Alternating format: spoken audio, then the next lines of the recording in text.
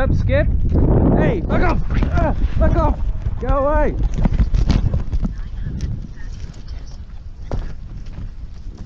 Fucking kangaroos. Hey, I'm a HEXican. No one believed me when I told them wait in the waving, so I gotta flex again. I wanna have no one around me that's flooding, so keep me away from that pessimist. They told me I signal new top, new floor at dinner. I'm checking the decks again. And I got hard like I'm rich and my money is wizard, and I am a testament. Wonder how big is the picture, how deep is the mission? I give you an estimate. And how long you been? I ain't stacking your hex on the chain. I am a veteran. I'm betting on hex again.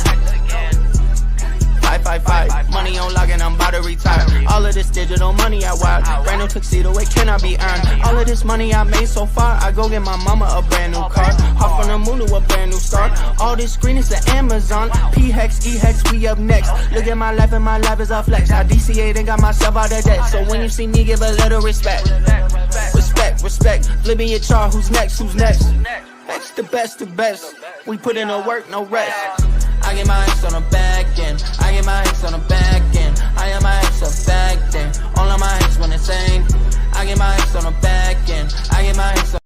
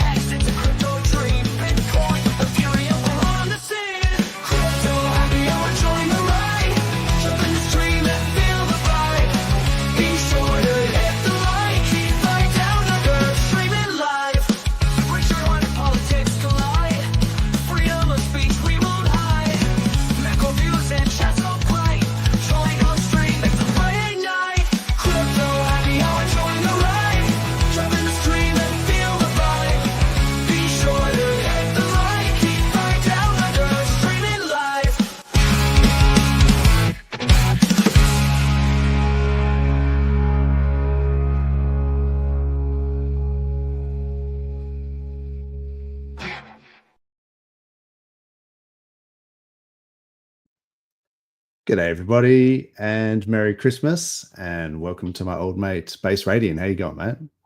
Yeah, going well. Happy Crimbo. Crimbo's back. Crimbo's back. It's that time of the year again. Oh man, I was using Crimbo so fast as a word because you were the first person to introduce me to that word, and I was using it solid, towards the end of last year. So wow, we've been streaming a while, haven't we? We have, we have done cycles around the sun. We have, 68 episodes to be exact, and probably more. Yeah.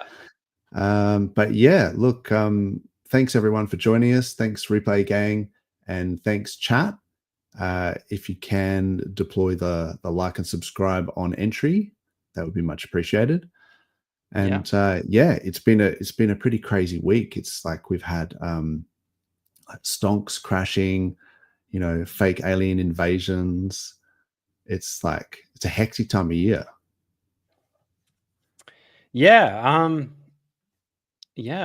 It's definitely it's interesting and not it's a wild boring. Time. And I have go ahead. Time to be alive. No, I was just trying to word it. What a very novel, unique, and interesting time to be alive. That's right. I'm going to go to the servo and see if I can get some moon pie, because it seems like we're living in the not too distant future. And I have the youngest HEXican as well. So shout out to Class. That was amazing effort. So she's for a brief moment they were the youngest person in the world. That's right. So thanks everyone for the good wishes. And it's nice to have a newborn again. Very cute. But it's been pretty hectic. Like, it's interesting that there was these drones that were going out throughout the US, and everyone's like, UAPs, we've seen them before. And then the Fed was going to cut rates by 0.5%, and then it only cut it by 0.25%, and everyone lost their mind. It was like the cut wasn't big enough, and it just crashed all the markets. It's like, don't worry about the existential crisis over here of, are we alone? But this is slightly different percentage than what I expected. Yeah, that's what people really care about, I think, is what they get in their gains. Oh, what is up? How's this? In the chat, I just noticed, is that dollar cost crypto? No way. Being graced by is it Bitcoin Jesus? Well, he had some awesome names back in the day. But yeah, I love dollar cost. I watch his show every now and then, and he's an OG. He's got some good advice. So what is up? And I should say hello to the other chat, other people in the chat here. We got Disclosure Crypto. Does I want to look at Gary Network? Yeah, I don't know what that is. So you're going to have to give us a ticker or something if you want us to look at it. HEXican lost in Asia. What is up? Yes, we've been round tripping. Yeah, thanks very much. Thanks for the thanks, bro. And yeah, wow, we'd have to maybe even send dollar cost the link, because that would be awesome to get him on. Thanks again. And thanks to Quinny Jin. Yo. Congrats. Yeah, appreciate that. Yeah, Class is doing all the hard work with the breastfeeding and stuff. So I'm just doing a bit of changing nappies and things. But yeah, she's doing all the hard yards. Hopefully we can get 43, or I don't think Hex Enthusiasts can come on, True Blue, but there's plenty of stuff for us to talk about. I thought this video was pretty interesting. I'll just pull this up. So this was Michael Saylor. Like, it'll speak for itself. Just give us a thumbs up if you can hear it, bro. So what do you say to people who say, well, it's a Ponzi scheme, because every time Bitcoin goes up, you issue more equity and debt to buy more Bitcoin. It just keeps going and going and going. Yeah, just like developers in Manhattan, every time Manhattan real estate goes up in value, they issue more debt to develop more real estate. That's why your buildings are so tall in New York City. It's been going on for 350 years. I would call it an economy.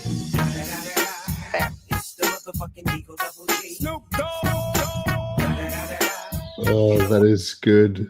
That is gold. Oh, an economy. We call that an economy. Oh, are you trying to tell us that everything is built on a Ponzi, and that everything, our whole life, is a Ponzi? Yeah, very possibly. I mean, if you think about it, you know, pretty much any institution relies on other people coming in and buying what they think is a good price. Mm-hmm. And then even if you're like McDonald's or whatever, you're trying to increase your throughput, you're trying to have like more volume of sales, and then you horizontally scale and things like that. You know, you're effectively just trying to get more people to come in.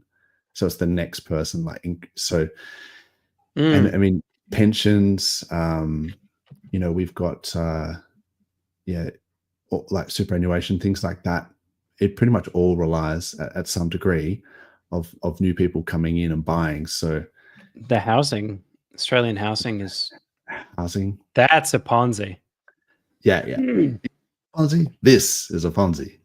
So it's like, at what point, you know, if you're actually, I think the difference is with a Ponzi, you're not actually providing an actual service, or you're not actually giving a good, you're just literally getting new people to buy. But if you're actually doing something, like say with Hex, for example, like you're actually earning trustless yield, and like you can stake it, like it has a function. So it's not just speculation. But with property and things like that, it is literally like you're just speculating that that's a good investment because it's going to be worth more later on. You're going to be able to sell it at a later stage for more money. And then you have to take into it. I guess so. Yeah, exactly. So that's its function. It can be its function, or to live in. Or to live in. Yeah. But you have to sort of price it as a ratio versus the inflation, because if your property is going up X amount, once it's inflation adjusted, you realize, like, hang on, you know, they've diluted the money supply so much by printing so much that gain you get in that asset could be just, you know, explained by inflation as well. So that's interesting. There's a good formula for that. I think it's called the Sharpe ratio. which is usually used for stocks and comparing them to bonds and seeing if they outcompete. But you could use the same thing for like housing against inflation. That would be a clever move. Yeah, that's awesome. I'm just going to see if I can send DCC a link in the background here. But also, I thought while I've got this playing some videos, this one like I found was pretty funny, but also made me think a little bit about this whole PDI thing. You know how there's like this whole PDI narrative that's going on. So I'm a little bit agnostic on it at the moment, but yeah, this is, you know, from the horse's mouth. So let me just see if I can get this. Oh, this is a funny question. So, oh yeah, you should be able to hear this. Oh, this is a funny question that actually has fucking thought in it. I like it. What do you think about forking MakerDAO using Hex as collateral instead of ETH, since Hex is less prone to flash crashes, meaning less liquidation? I'm intrigued, sir. I'm intrigued. That sounds cool. That does sound cool. I'd like to check the state of the art and see if there's some better systems out there, which I hear there are some better stablecoin systems. But I mean, there's so much shit to do. It's like, yes, I will keep that in my mind. It's already on a list, the whole stable. Oh, this is a... So yeah, that's interesting. It's, you know, it was sort of one of those things that he talked about many years ago, but it does make you wonder, yeah, if that was sort of on his radar. Yeah, I would believe that. But also it was interesting that it was like using Hex as collateral because Hex is less prone to like crashes or whatever. I was like, what are you talking about? Compared to ETH, yeah, I don't know about that. They're about the same. Yeah. It's just Hex the heaviness of the liquidity volatile. and ETH. Yeah. I just sent a link to DCC, so that would be awesome if he could come on. But yeah. But anyway, I just saw that there. That was but yeah, that would be cool. And so yeah, the PDI thing. Look, I mean, part of me is intrigued by the whole thing, but it's also like, you know, price is not looking good at the moment. I could actually pull that up if anyone's interested. But yeah, the whole, it sort of seems gone a bit quiet at the moment. But yeah, let me see if I can pull that up, because it is one of the things that I noticed was like getting people like frothy, like mad excited for PulseChain and things like that, was the whole PDI concept. So let's see. Oh, so this is a Tropa die. I'll just invert the pair. So yeah, so maybe what I'd say is probably actually slightly bearish. Maybe I shouldn't talk about it, but I was just going to say, like, yeah, it looked like it did a double top up here. Didn't close above this 3.2 cents, and then now it's in a downtrend. I don't know why I brought that up to say bad things about it. That was a bad idea. But yeah, maybe it's maybe it's coming back around and it's going to close above the 20. Yeah. There. So it has to hit. Like once it hits its peg, it's redeemable. I haven't actually looked into this. Like, yeah. So I mean, it's the whole thing of, you know, if the OA use the its bags to as like collateralization, I think, and then that way it could just peg it to $1, and then maybe, I mean, there's a lot of assumptions, and then it's like use those to print more. I'm glad it's pumping. Or it's like on the long term looks like it's just going to go up, but yeah. I mean, look, guaranteed. I mean, sometimes it's good to talk about these things when they are low, because it's like anyone can talk about it when it's high, right? And then just be like, oh, it's 3 cents, it's going to $1, but it's like, yeah, okay, so now it's worth like half that, like 1.8, so or whatever. So like maybe now's the time to buy it rather than when it was approaching this resistance, or ideally True. when it's above this resistance and then like retesting it and going above. So that's another way to think about it. But yeah, I think the like chart wise, you know, stonks got hammered the other day. Yeah, did you see that? So no, what happened? This is the S&P 500. Oh, because the that the FOMC rate. thing. Yeah, FOMC. Yeah, that's crazy. So this is on the daily, the S&P 500, and it had basically been going, you know, up and to the right since October 23, and this is one of the few times where it's actually not only closed below the 20 MA, like the 20-day moving average, but also below, I think that's the 50. Let me just double check. that is a pretty massive candle. Yeah, that's a huge drop for what I would have thought is a relatively benign announcement, you know. Yeah. So yeah, that spooked a lot of people. But then look, it's done it before and it's just completely recovered. So, you know, let's see. But maybe we're in for a little bit of sideways or a little bit of pain. But let's hope it's the stonks keep it going. I thought that Bitcoin had done really well to sort of maintain its sort of support on 100K, but then now it's just gone below that as well. Yeah, so that's slightly bearish. That was broken the 20-day. I dare say there'd be some correlation between. Oh yeah, big time. Yeah. It's pretty much just like people get liquidated in stonks, and then they literally go and sell some Bitcoin. Like I think there was I think this was the one which was like, yeah, so what is this? $1.1 billion liquidated from cryptocurrency. Oh, that was from crypto in 2020. Ow. Literally. Let's begin trading. Liquidated. 1105 liquidated. So yeah, look, ladies liquor, leverage and luggage, people. Yeah, and luggage. Yeah. Classic. Double check your luggage if you're going on any crimbo holidays. Be skeptical of anything that starts with an L. That's right. Just straight up, just be like, wait. Lizards, you got to be skeptical. Definitely. Anything with an L, we're just like, no deal. Don't take the L. No L. Nice. There you go. I like that. You're gonna have to like coin, like patent the phrase, you know.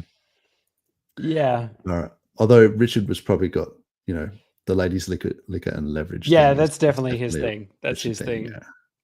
Yeah. But Karim added the luggage, so I don't know. Yeah, unintentionally, but it's definitely it's a thing. Yeah. So the other thing I was talking about was this total 2 had, like, from the previous cycle, the daily close was up around 1.63 trillion. And I thought, isn't that interesting? Like that we were approaching, this is 2 weeks ago, that we were approaching the all-time high. And I thought, I wonder if it's going to act as like resistance. And it fully did. Like it just didn't close above it and just got rejected. And then now just like uptrend is over. It's like, how come the total... It's an aggregate, like right? So like... Yeah, it's an aggregate of the total market cap. It's still respected. It's trading like it's trading like a stock. Or like... Yeah, well... It's almost... I don't want to say the M word, but it's like that. That's pretty crazy. And then so I was also looking at things like, because you know this whole altcoin season thing. Yep. So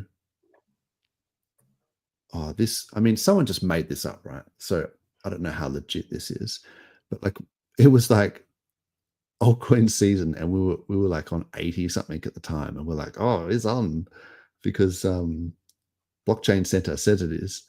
And then, but whatever this index is based on, it's now down to 47. And it's like, it's not altcoin season. I like how it just tells you. It was a quick dip into altcoin season, and then... So that's not a season, man. That's like a week. That's like altcoin week. That's like Shark Week. Was not... It's like it's like kind a of week inverse just- though. Like it's go time, just for Yeah. a week. It's just like, oh, it's on. Well, it's on for a week, and then it's like a Lord of the Rings marathon or something. Like it's not Yeah, like it's like a season. So I don't know. That was like a bit of a fizzle, I thought. yeah. See, there was a dip earlier in what is that, 2024 this year. So there was a little. You see the little bit into it. Oh, okay. So there was another quick dip into altcoin season. this- You see, And then yeah, but look at this steady like up and down and then sideways, up and Yeah. down, up and down. And this is just like it's over. yeah, But I don't look. I don't think it's older. I was actually thinking. I wonder if if you look at some of these,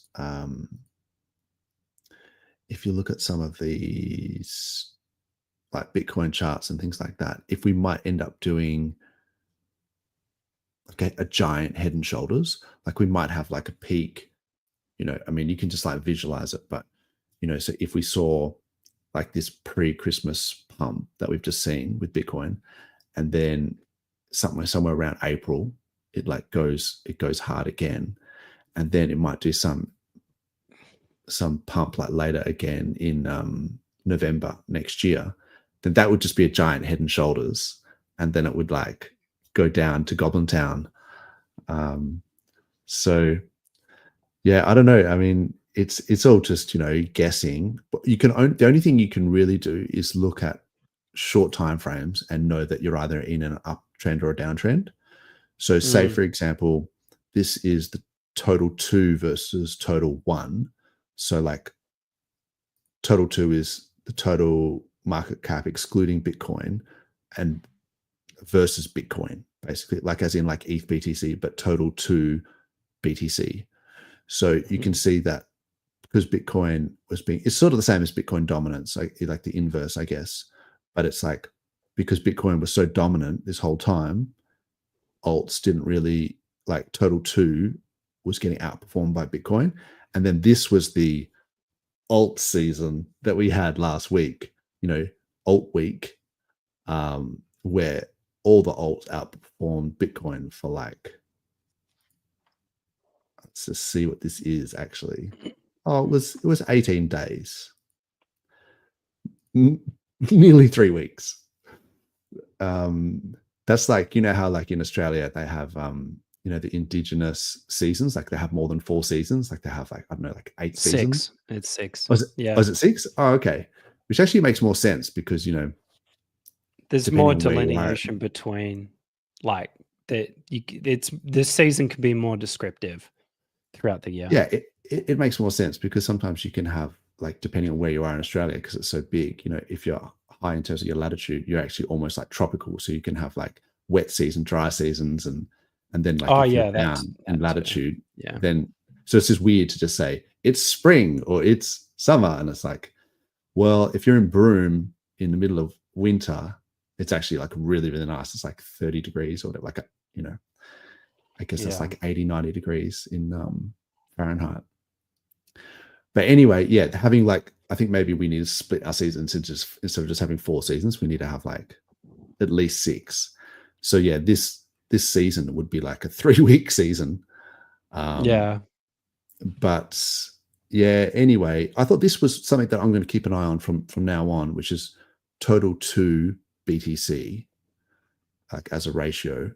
And I feel like this really needs to be in an uptrend for all the alts to be kicking ass, which it was for a little bit, and then it just broke down. Yeah. And you can pretty much look at, it's the same as I think somebody does others BTC. That would be very similar. That's others, like breaking down below the 20 there. The Bitcoin dominance that crashed. So this is like almost like the inverse. And then this is the dominance, like just rocketing right back up. The other thing that was interesting about this Bitcoin dominance, if you take it from the lows of like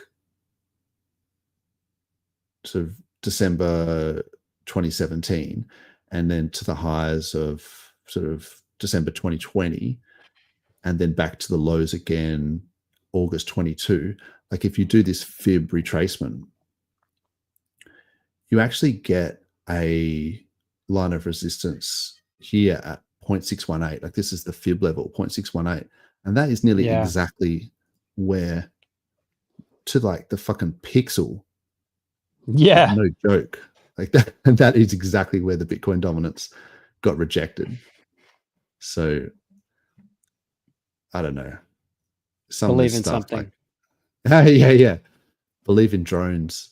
Yeah.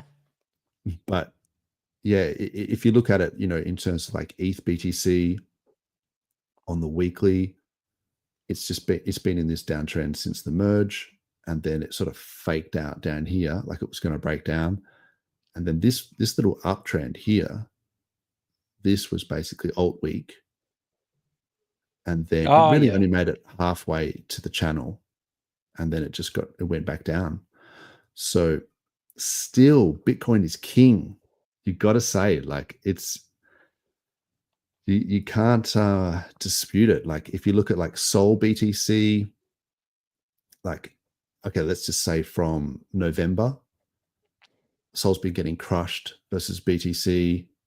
Sui, surprisingly, like shout out to Sui, because the Sui BTC ratio is still going up. I mean, maybe not in the short term, but like it's still going up. You got to pay that. Whereas even like say AVAX BTC and like all the others like Tron BTC, oh, that was a bit crazy. This is BNB BTC. So BNB's been holding up. Matic BTC's down. Yeah, near. I mean, most of these now. Oh, Aave is actually not doing too bad. Well. I wonder if that has to do with like if they have like BTC, wrap BTC liquidity pools or something, or there's something they're doing there. Yeah, and maybe just a lot of people, borrow, instead of selling. Yeah. So I think Aave is one of the few tokens that I think actually beat its previous all-time high, like inter-cycle all-time highs, which is pretty rare actually. Like Doge has done it. I think maybe SHIB. But yeah, there's only a few. I mean, I'd have to double check that. Like, fact check me if you want. I don't care. But I think from memory that's the case. Oh, here we go in the chat here. So, Crypto Class, what is up? Doing the hard yards over there. Lambo, very bad depreciation. Yeah, that's a problem I'd like to have. Oh, here we go. Yeah, so Gary, I hate it when my Lambo depreciates. The worst thing about my Lambo is going over speed humps, right? Yeah, right. Because you can't do anything less than 100 Ks, so you just have to go straight over it, and it hashtag Lambo problems. It's tough. It's a tough life. I never stop at zebra crossings in my Lambo. It's just, can't slow down. Okay, here we go. So I will check that out later. Thank you for that, Disclosure Crypto. It's a Web3 streaming platform on Solana. Okay. Look, Solana's been getting hammered. Like, I'll just be honest. I think Solana, like if you look at I said before, like Sol BTC is getting hammered.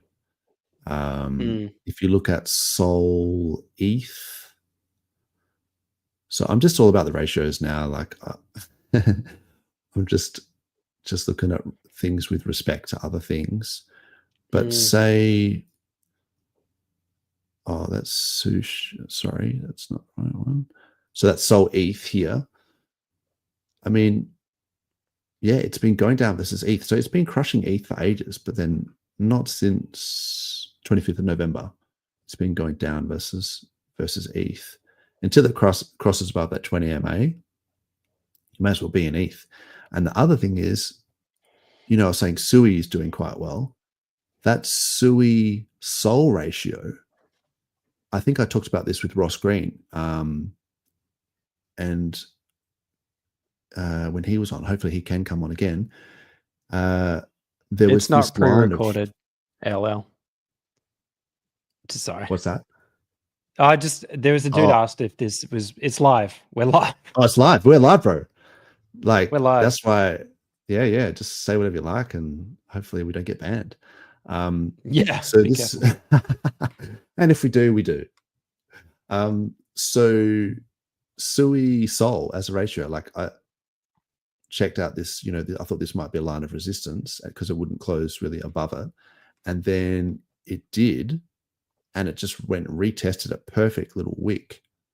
And then it went up since then. So that would have been a good entry if you were rotating, Sol into Sui on the 10th of December. You would have made, let's just see, I don't know, roughly 25%.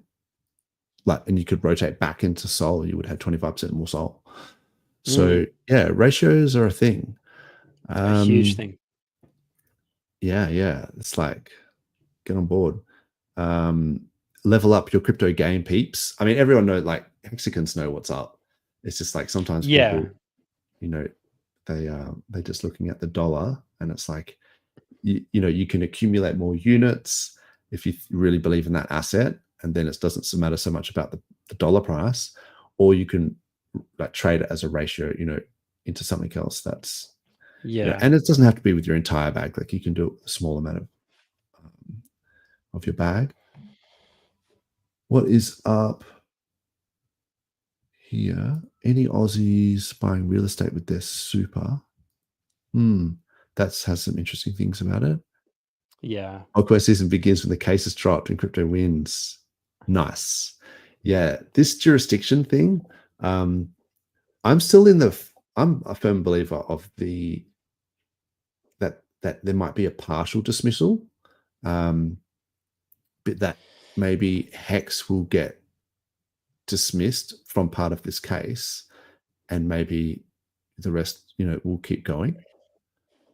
So a little bit controversial. But yeah, that's based on that timeline. I wonder if I can find it easily. Do you want to just quickly bring up some chat? Or Fast Abdul, we should have given you the let me do this. Do you want to just quickly have a look at, say hello to the chat while I'm doing this? Yeah, for some reason I'm way too sleep deprived to bring them up. But oh really? Yeah, it doesn't let me click on them to bring them up. Maybe I don't have the permission or something. That's fine. Real estate bubble in Australia continues as we haven't dropped interest rate at all. Will the bubble ever pop? Putting gains at the end of the cycle into real estate may be the way to play it. I don't know. I feel like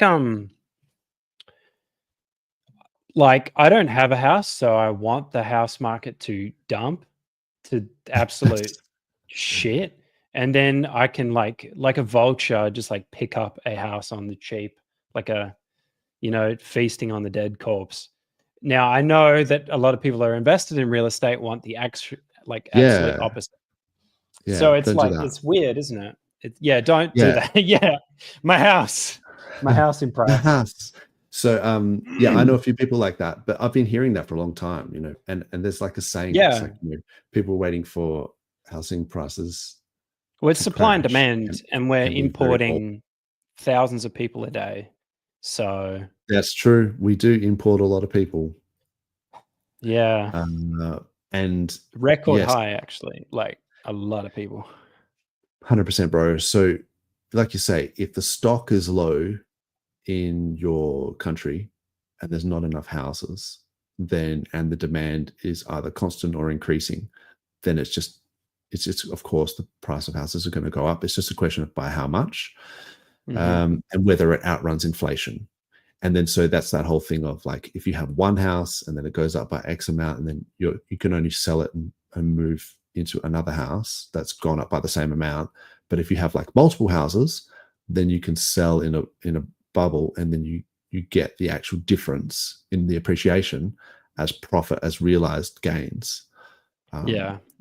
Inflation adjusted. But yeah, that's the way to do it, is to use equity in one house. Like, that's why I've build a real estate empire.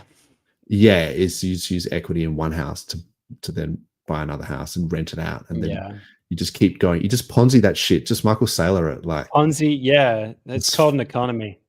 It's called an economy, bro. Where's my sonny? It's just fucking bang. Like the Pooh Bear rich, like holding his until teeth. the housing market collapses because of what was that whole subprime mortgages things when they were like putting all of the garbage like D tier and C and B, triple B rating. They're also they were bundling them together, or they were bundling them all together and creating like these CDOs or some other thing, and then rebranding them as like AAA mortgages, and then the people were investing in that, and then it just all collapsed. So, we're gonna, I think, unless that happens again. There's an Australian, like the party in power right now, is going to do something where the government owns like 30% of the house, which is going to also create a similar situation. Like shared it's equity. Possible. Yeah. Yeah. Because people shouldn't be able to afford these houses, and they are going to. Yeah. Yeah, look, it's interesting. That's actually how I got my first house, was through a shared equity. No, yeah. I'm not saying it's like not a bad. No, it's hard because there's like people on every side, but I know it kind of sucks. And if you have the ability to refinance, I guess that's okay. And you have to like go and earn more. Yeah, you can buy out the remaining, like the shared equity part. That's what I did, and it was just getting my foot in the door. If that's an option. Oh yeah, 100%. And then I guess the thing is that homeowners, there is a way where you're gaming the system in terms of negative gearing and things like that, but you do pay a lot of interest for that privilege. So the interest rate, so really the banks profit more than anything, and then a lot of the times landlords just pass on those interest rates to the renters anyway, so they just keep cranking up the rents. So it's sort of like the low and middle class end up sort of subsidizing, or like it's like a hidden tax, I guess, on mortgage owners and renters. Rent seeking. Yeah. Yeah. And then eventually, like people who have paid off their houses, like they're like, oh, so what if interest rate goes up? Like it doesn't affect them because they've paid it off. It's like wankers. So although I hope to be one. Yeah, it's such a weird dynamic, isn't it? Because like you like want bad things to happen so you can profit off it, but you don't want other people to. It's like this conflict of interest. Yeah, but, it's just game a hard theory. one.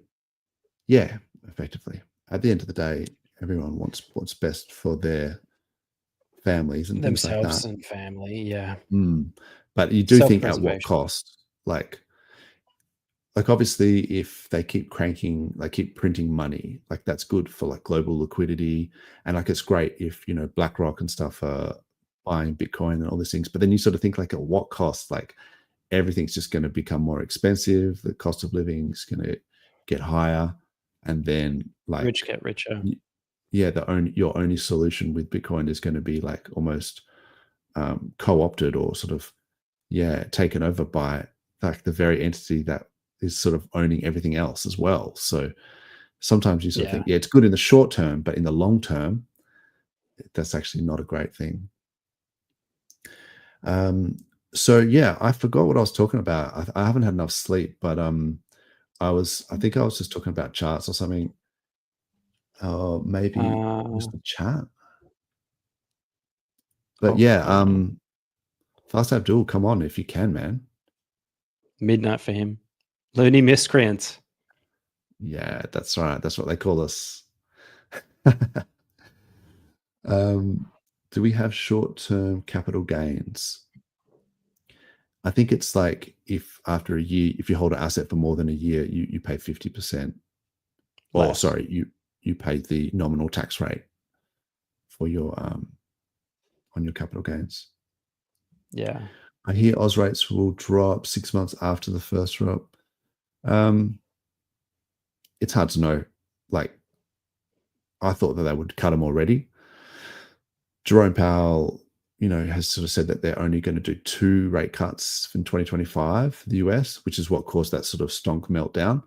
And the RBA are just like, they did what 13 rate rises in a row, and they're just so behind the times that don't even know what Bitcoin is. So I don't have a lot of faith. Yeah. But yeah, there you go. Melbourne looks like to have topped first. Oh, is that maybe in property market? Median home. Here we go. Maybe. 43 OG. Long time listener in the chat there. No, we love 43. He's always welcome to come on. He obviously is the OG. Long time listener. That just clicked. Yeah. He's like, he runs the show. It literally is like his channel that we just sort of took over a little bit. But it's probably because he did like 200 episodes, 200 weeks straight or something ridiculous. And then did another 50 weeks with us. It's just the spin-off. You got to give credit, people who can stream put in the hard yards. Yeah. Because it's easy to stream when prices are pumping. You don't have to do anything. You just like, check this chart out. And everyone's like, you're a genius. But when prices are down. Yeah. The strat of just going off topic when everything's dumping is probably the I would credit 43 for that. No, look, that's what I do as well. It's like when I start getting interested in the tech is in the bear market, I'm like, it's really interesting. Like I noticed resistant. Yeah, exactly. So there was a couple of things that I was looking at during the week because like I didn't want to look at my portfolio. When you're just like trying to avoid something and you just end up doing a whole bunch of other stuff. So I was looking at like, how there was that quantum FUD. That was one of the things that I was looking at. Mm-hmm. And about like quantum entanglement and sort of like, I think I have some idea. Have this idea, So it's effectively like you have like electrons that share a quantum spin state. So they share the same wave function, and that you can separate the two electrons. And then if they share a probability of having like either a half up or half down spin state. Then if you measure one of the electrons, it collapses the waveform, and then you have like the probability wave function, and then you have an actual characteristic for that electron, and then it determines the state of the other entangled electron. So like that's how entanglement works, like spooky action at a distance. You can effectively have faster than light communication between these two particles, but it's just like because they're the same particle like wave function. So this quantum property of entanglement enables qubits to sort of have, if you entangle a whole bunch of these electrons together, rather than have like a transistor which has like a binary state that you can toggle for like computation, like processing, you can have 2 to the n sort of computations like simultaneously, because it's however many qubits you've got entangled, it can exist in each one of these states simultaneously. So it can process it like way faster. It can calculate more possibilities in the same amount of time, and so many more possibilities than a computer can. Traditional computer. And the ramifications for that is that it can compute like brute force things like keys or encryption. Exactly. Yeah. So that sort of Google Willow. So there was one, I think it was Sycamore. There was like there was one supercomputer and one. So there was one, I think it was a Google quantum computer that could do the same calculation that it would take like the best supercomputer 47 years, and it could do it in a few seconds. So like, and because it's like that qubits thing, it's the 2 to the n number of qubits that you could, like error correcting qubits that you can have. It is an exponential thing. So that works in two ways. It means that if you need Like, so the current one, so this is like the Willow Quantum, Google Willow. They announced that it had reached 105 qubits with improved error rates. So it would still need to get to, I think, over 1 million qubits before they could start breaking like Bitcoin encryption. Like, and it could be tens of millions. But you see how like that, because it's to the N, that's actually a huge, that's quite far away. Like it's not just like it's 2 to the 105. It's quite a big difference. Yeah. To The the 10 million. Yeah. So it is an exponential thing. So even though it sounds like oh, we're up to 100, so we're only, was it 4 orders of magnitude away? Also, or whatever. there just is this Moore's level. Like, it's not Moore's law when it comes down to quantum computing, really, but there is this like technology increases progress at a faster rate than before. So just because it's 100 today doesn't mean like another 1,000 can come online like a couple of weeks away. It's yeah. And then so it was interesting that they were saying that there's 2 types of algorithms, like with the hashing. So there's the digital signature used in Bitcoin that uses Shor's algorithm that would require physical qubits required around about 1,000 to 10,000 per logical qubit. And then there was the SHA 256 hashing algorithm, like the proof of work. That's this Grover's algorithm that needed like millions. Oh, sorry. Yeah, I think they were both maybe needed millions. So Grover reduces brute force from 10 to the 56 to 10 to the 128, but still computationally expensive. So I guess that it sounds like this is a thing in the future, but it's just not at those levels yet. Yeah. I'd also mention, and what I mentioned last week is that it'd be quicker to crack banks, government encryption. Every other piece of encryption would be slightly harder. I mean, easier. And so I feel like legacy, like traditional, like banking, yeah.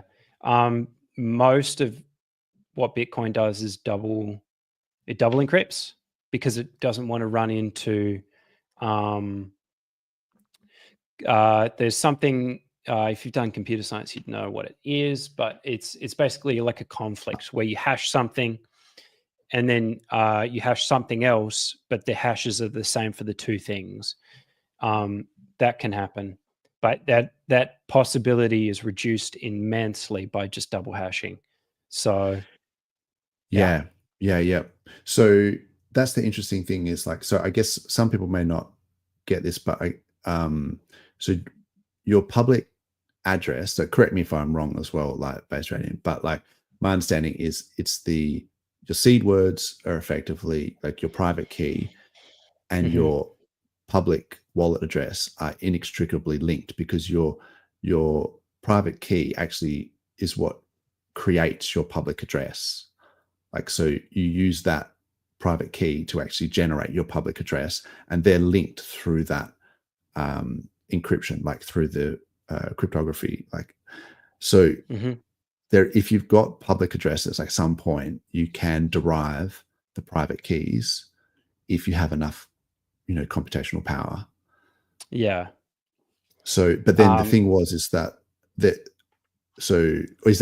suppose, is that correct for all blockchains, like just for Ethereum and for BTC they do. BTC is very, very different to how Ethereum's account system works and the way money transfers and things like that. But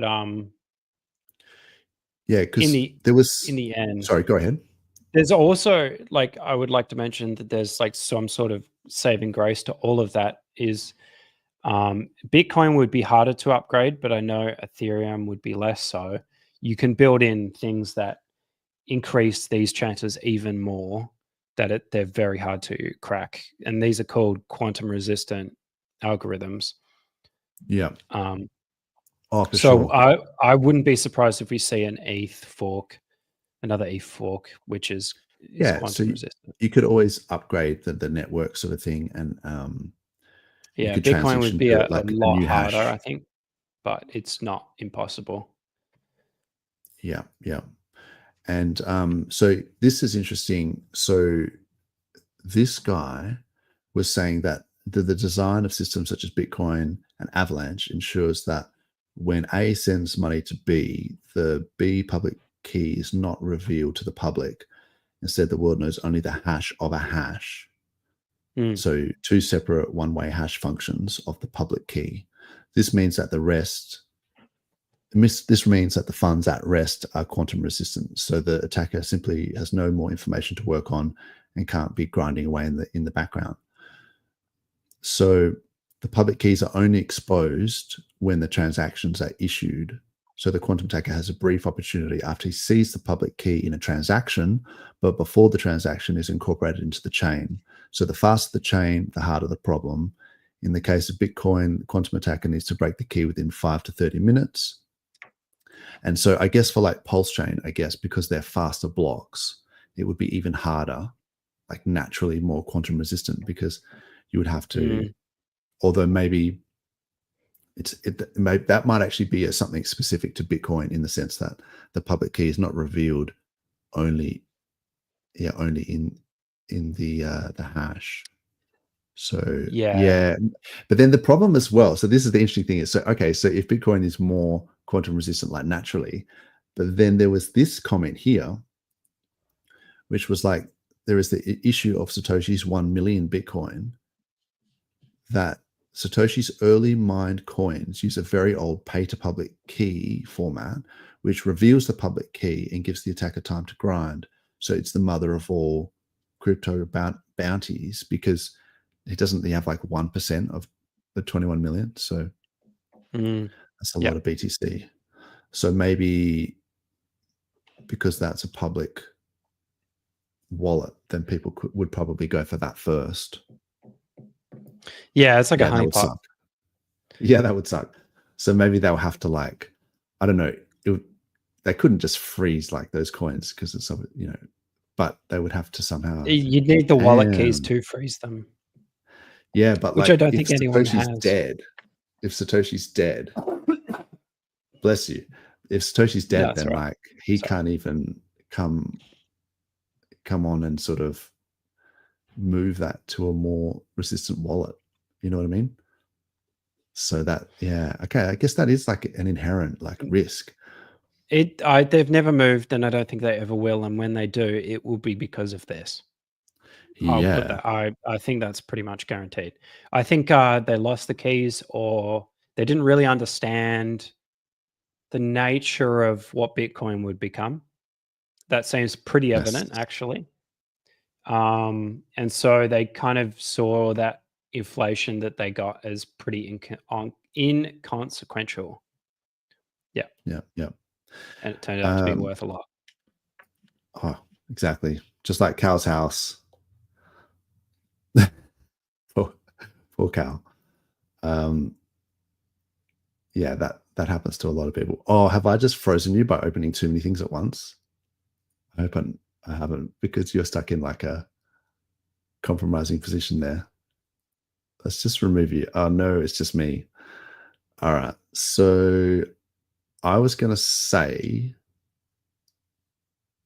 that I don't like to wish, any, ill fate on anyone. But speaking of Satoshi and people who are not Satoshi, we are all Satoshi except for Craig Wright. Craig Wright was sentenced to a year in prison, apparently, I think it was for contempt of court. He filed a $1.2 trillion lawsuit against Jack Dorsey. Man, I don't know. Like, that seems like, okay, I won't say anything too bad about him, but what else is up? So I found this, which is kind of cool. This is the Bitcoin strategy platform. They have all the ETF data, and it's got all of the ETF issuers and how much their holdings are. which is pretty crazy. And then how much they increase like per day. Grayscale are always selling. Little bitches. But yeah, anyway, that's kind of cool. Oh, what is up? F Society, my man. I got to go back and watch more Mr. Robot because that is epic. What else is up? We have, let me just see what's going on here. Oh yeah, this was the liquidation thing. Oh yeah, Ivan on Tech. So he was saying that this is not priced in, you know, Trump confirms Bitcoin reserve plans 15 trillion price boom predicted. So that's going to be interesting to see, you know, in January 20 after the inauguration, if that becomes like a sell the news event or whether there's some sort of confirmation of that Bitcoin strategic reserve that then just sort of sends it. So I guess that's what we're all hoping. The nose pick freeze. Yeah. That's why I removed him. I was like, that's unfortunate. I'm glad to see we're still live. But yeah, let's see what else is going on. Oh yeah. So a couple of things. I noticed Richard was kind of trolling the other day, which I thought was pretty funny. I mean, it's hard to say because I reckon Die Hard is a bit of a Christmas movie. So it's sort of set around Christmas. I think Die Hard 2 as well. So I tend to always watch it around Christmas as well. So maybe RH was just literally watching Die Hard. But it seemed like, you know, oh, here he is. How you going, bro? You back? Yeah, sorry, you full cut out for a bit. Are you? Yeah, you're back. So I was just saying, it was funny because everyone was kind of like looking to Richard to see whether he would do any confirmation of this whole make a DAO PDAI thing with the votes, and everyone's just like hoping that RH could just, you know, at least just provide some information as to whether he was behind it. And then he came out and just started talking about Die Hard. And it's like, I swear he is trolling. Like he's just literally just pissing himself laughing, just going like, he knows what they want. But, so he's talking about the price of gas, 75 cents a gallon, and now it's $3 because they print dollars out of thin air like a joke. But I kind of feel like this is just, you know, it's just him just amusing himself maybe, or just taking the piss. I don't know. Put it in the chat if you're like a PDAI fanatic, you know, if you can't wait for the peganing. But the other thing that was interesting was Brett was saying that wallets should be more helpful. It's a common error for users to send assets to a token contract, especially the same token asset. So PLSX. To prevent this, wallet should detect this mistake and display a prominent warning to safeguard users. So it almost implied to me that maybe he was working on a wallet. Like if this whole Richard Hart wallet thing is happening, it's like he's sort of thinking about this and saying it should flag in the wallet to sort of say, hang on, you're about to send PLSX to the PLSX contract or something like that, or you're sending Pulse to a contract rather than you're not actually doing a swap, and it should like stop you from doing that. Oh, here we go. So yeah, that was interesting to think. Okay, so if they're doing the wallet thing, so there's two things. One is that it kind of, if there's a wallet sacrifice, it kicks the can down the road for the next cycle, because if people get mad gains but there's not enough liquidity, they do the sacrifice and then it's like they get points, and then so it retains some value when the price drops throughout the bear. So that's one way of thinking about it. The other thing is that if there's this in wallet sort of yield where you kind of have stablecoin, like so say at the top of the BTC peak, if people sold into stablecoins and then they wanted to wait a year to buy back in once BTC crashed, then having it in stables and earning yield for a year would be like a really good, it would be enough of a reason to use that wallet, I guess is what I'm saying. So if RH incorporated like stablecoin yield farming, I guess, inside the wallet, then that could be a real point of difference. It could even compete with other wallets like Phantom or MetaMask. So the fact that, yeah, Brett's thinking about wallets, they're talking about DAI, it's like maybe Richard will create his own stablecoin and get it backed by PDAI. There could be some yield game theory where they're earning, stablecoin yield in a bear. I don't know. So just something to think about. Yeah, there was Somi in the chat. So just a quick shout out to Somi. Let me just quickly pull this up. Great show, sirs. Thank you so much, Somi. Yeah, we really appreciate your content and like your support over the last year and a half. So it's been awesome. Crypto is still the best asset for us. That's true. 50% per year growth. Aussie Ponzi houses, 10% per year. I mean, yeah, so even like 10% if you're lucky. So if you were getting, I think, a 7% linear growth over 10 years is a price doubling. And so real estate barely doubles every 10 years. I'd say it's probably less than that. So, and then if inflation is 7%, then you have to wonder, like, after you adjust for inflation, just how much are you actually getting? But it's lower risk, right? I guess that's the thing. So US stocks is 10%. Yeah, I guess, like, so crypto is really far ahead of them. I feel like crypto is better for the, let's just say, the pre-rich.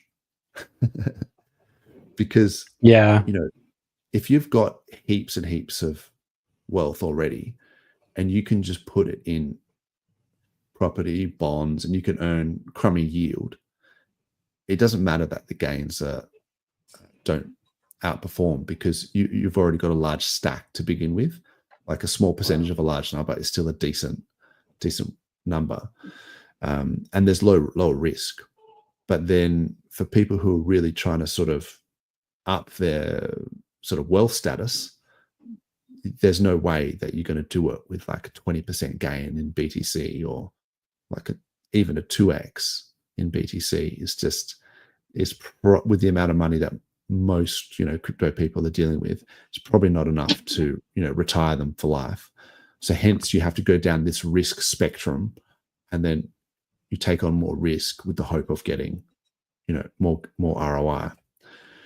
So yeah, I feel like it is really the only solution for people like who are pre-rich. Yeah. But of course, crypto can't be leveraged or depreciated. Yeah, I mean, yeah, you fully can, and that's the thing. You get liquidations, but those are traps anyway. Yeah, we don't encourage any kind of like leverage. I don't think, I've never done it, and I don't encourage it. Long-term holding, worst case, we still get 35% per year. Okay, which is enormous if you map it out for a decade. Yeah, it's good to have a long-term mindset, I think, with a lot of this stuff. For sure. But yeah, thanks for that, Somi. I have the newest HEXican. Yes, I have to do another Quattro Cinco. That's right. What is up, UFO? Yeah, you have to tell us what's going on with these drones, bro. They I think it was the US military running tests. I think they did actually come out and say that. Oh, really? Which is interesting. Yeah, well, not that I really take the word of what they say, as gospel. No, I did. And I'm sure you don't either. Yeah. But I would err it more likely that the US is trying to build some sort of drone technology because China is so far ahead of that. Maybe that's it. Big time. Or they're just running stock standard drones that purchased. I think, yeah, going forward, it'd be silly to have like manned aircraft perform military stuff when you can have an automated robot do it. Yeah, exactly. Yeah, they're definitely remote operated. There's no Yeah. way they were manned, from what I could tell. And No, I mean, drones. no. Yeah. So it's just crazy that Kirby guy came out and said, "Oh, some of them were manned, some of them weren't." It's like, Oh, okay. bro, it's like, come on. Yeah. I don't really believe anything that they say. They were probably just doing, like you say, military exercises. But it does make you wonder whether they're trying to spook people with, the whole planned alien invasion thing, or they're trying to like normalize it. I think there's multiple vectors, right? So the US government is probably just doing training. Now there's probably another like agenda that is like, we can sow discord amongst the people by just like attaching to this narrative. So like someone's like, oh, I saw a drone. Right. And then, just like Twitter bots and click farms come along and it's just like, they're out there, man. And then that it kind seems of like they're trying to disharmony.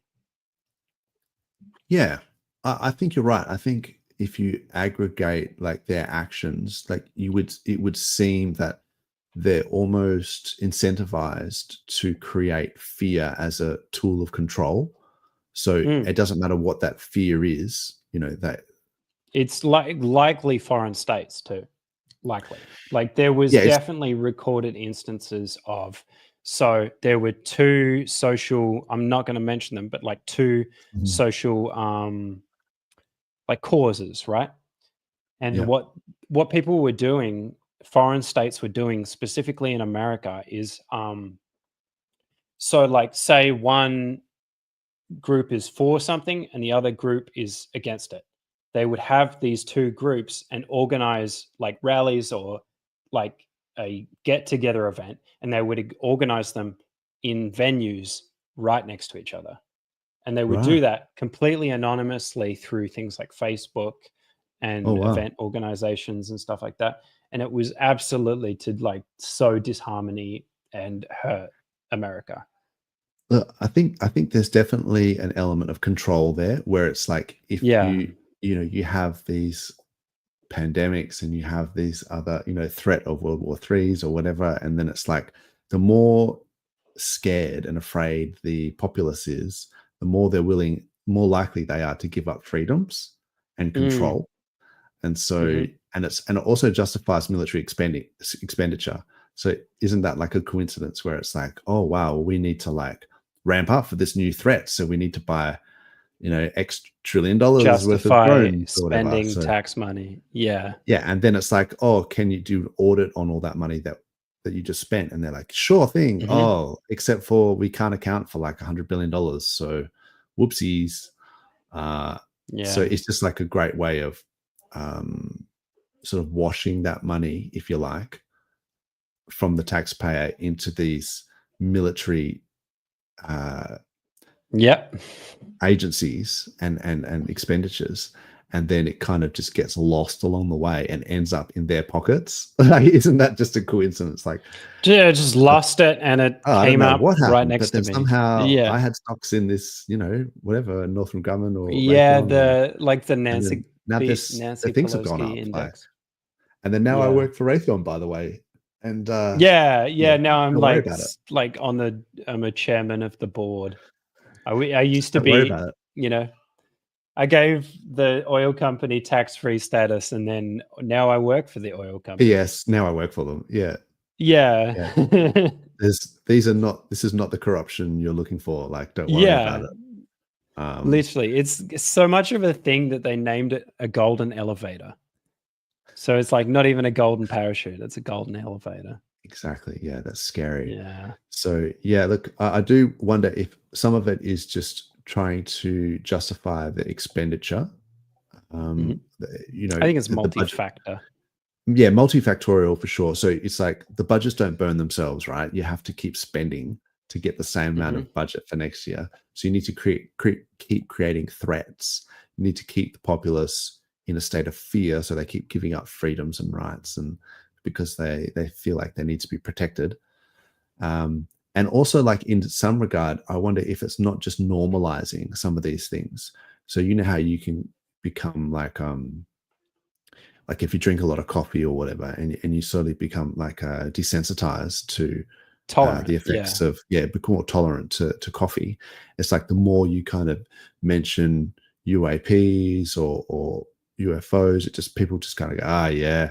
It's like, so then even when there is one, that people will just write it off as like, it's probably a deep fake, it's probably CGI, and it could just be full real, but it's just so normalized now that everyone's just going, that's just, there's UFOs all the time. They're drones, bro.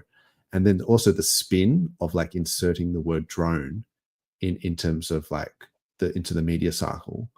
And so then that way all of the legacy media will just start parroting that drone word. It's like, oh, you see something in the sky, bro, it's a drone. Like, and it's like, it's just that way it kind of it pushes that word into the zeitgeist, and then pushes out like the fact that UAPs or maybe some other kind of phenomenon. What's the other one? Non-human intelligence, and NHI.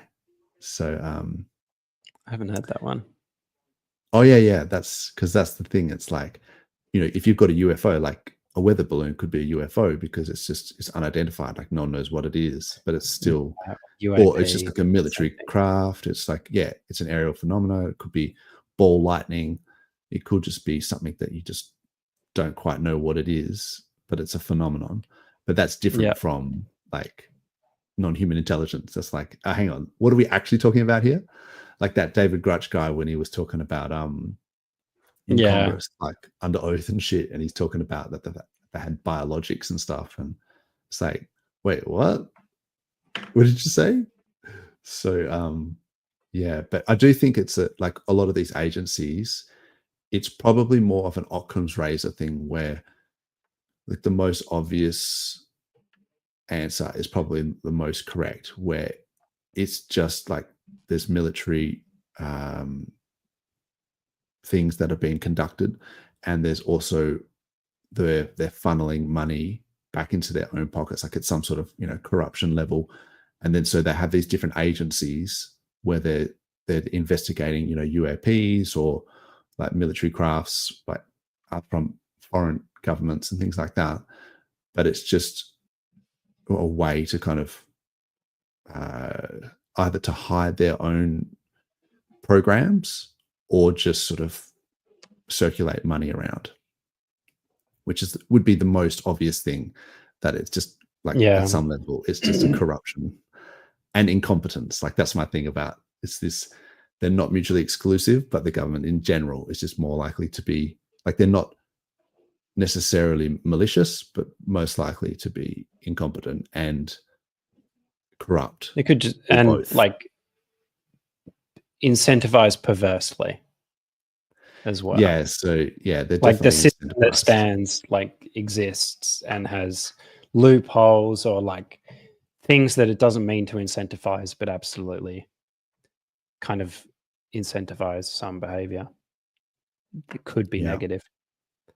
It'd be good to actually have Somi come on and tell us what is up with some of this UFO tech, because I know he like goes full down the rabbit hole, and like because I'm a physicist, I understand some of these things when they talk about 0 point energy, and so some of these guys, they go too far, like, and it's like they're pretty close to it, like that Ashton Forbes guy or whatever. And it's like, yes, there is energy in the quantum vacuum. Yes, there is like virtual particle pairs, and you could like extract energy from it theoretically. And then he just goes, and it's a consciousness, and everyone has access to it. And you're just going, wait, what?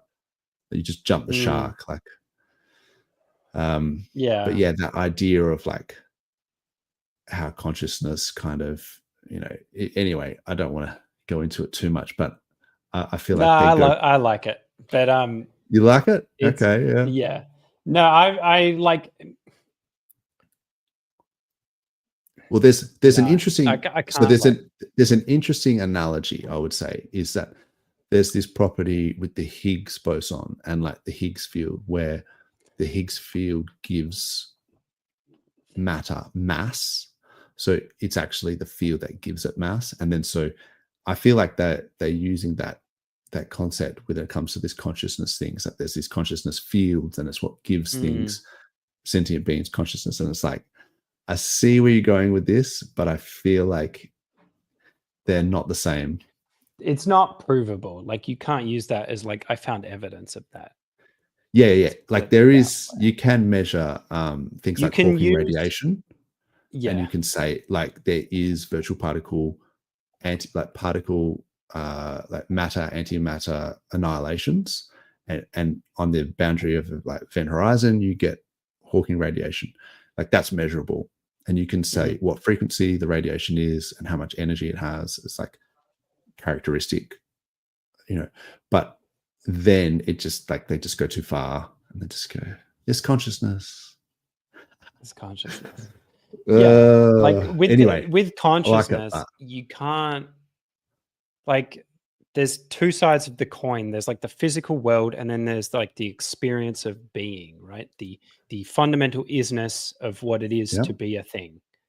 So you can That's like there's no provable, they're kind of exclusive. Sort of subjective. I can't, yeah, but you can Reality reason as well. down with the like consciousness aspect. You can, because Plato does this in, or Socrates or whatever his name is, in, I think it's called the Parmenides, which is named after another philosopher. But you can reason down to like what is being, what does it mean to exist, and you can take that as far as it goes, and from that you can derive like a oneness or a concept of a god, but not really, or like soulness. This a similar concept to that, but don't you think that perception is subjective? Like, you know, we're just absorbing all of these things around us through our like meat bag and our like senses, but then what I perceive as reality might be slightly different to what another person perceives, and I have no real way of knowing whether what you're seeing, like the colors that you see or the whatever that you're some of that experiencing is the same as what I am. So is there like a universal reality, or is all of reality kind of subjective anyway? Everything is a hallucination.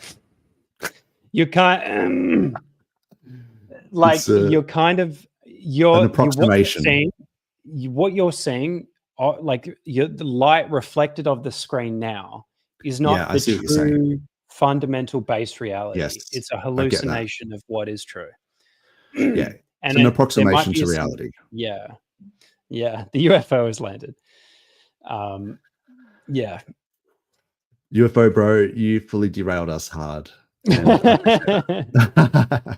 But I also blame you. This, just to get back to that tangent of why we were talking about the drones and things. This was a drone. Oh, holy shit, that's loud. You probably can't hear it. But, I didn't hear it. No. This is a drone show. I think it was in China, I'm assuming. Yeah. Like, you see Holy this. Crap. I mean, this is like TikTok edited, like who knows? But yeah. Actually, no, this was a Joe Rogan thing. Oh, there's people walking around. Oh, yeah, I saw that one. So like, this is the type of, imagine the like the software that it would take and the algorithm. Hive intelligence. There's an actual algorithm for it. It's called, swarm intelligence. Yeah, well, I read a book about it when I did uni. Yeah, I mean, to not have them collide with that many, like a swarm of that many drones, like the software would be out of control. And it's like, it just seems so effortless with the way that they do it. Yeah, it's so it's clean. Like, you want a dragon in 3D or just a giant ship? How about a city? Like, it rearranges itself. Up. Yeah, they just dial up whatever they want. And then there's like shadows on the buildings. Like, it does seem like they're pretty far ahead Oh in my terms god, of drone tech. Like, that's yeah. Now you strap some sort of firearm to that thing, each one of them, and good luck. just put a little like explosive charge in each one yeah, and swarm the little shit stick of out of it. DNT. Like, so you would almost hope that the American military are doing some military exercises to like up their You drone would want, game. yeah. That's what I was Because- kind of getting at earlier. Yeah, when you see that shit, you just like go, oh, wait a minute. Oh, They're good living lord. in like the future over here where You know, could they're make playing one chess for with the the entire checkers. populace, and then they just seek and destroy. Like, how facial crazy is that? recognition is easy now. Like, yeah. Like, Ah, and we give it up. We give it up to like unlock our phones. Well, not me. you but, unlock like, your they can do it. phone. Like, all that biometric data is just out there now. Yeah, So yeah, it's a non-zero like risk, I guess. scary. I don't know what this is referring to. That would be cool if it warned people, but yes, whatever that is, we would like some warning. UFO, I believe. Yes, I want to believe. I'm not sure that I do believe, but I want to. Yeah. It would be really good if our 4-year cycle lines up with the real estate Ponzi top in Q4 2025, but they move slow. Yes. Crypto is the best in the world, but must believe. So yeah, I've tried to do that where you kind of like sell the top of a real estate, bubble and then go into like a crypto bear and things like that. But they don't.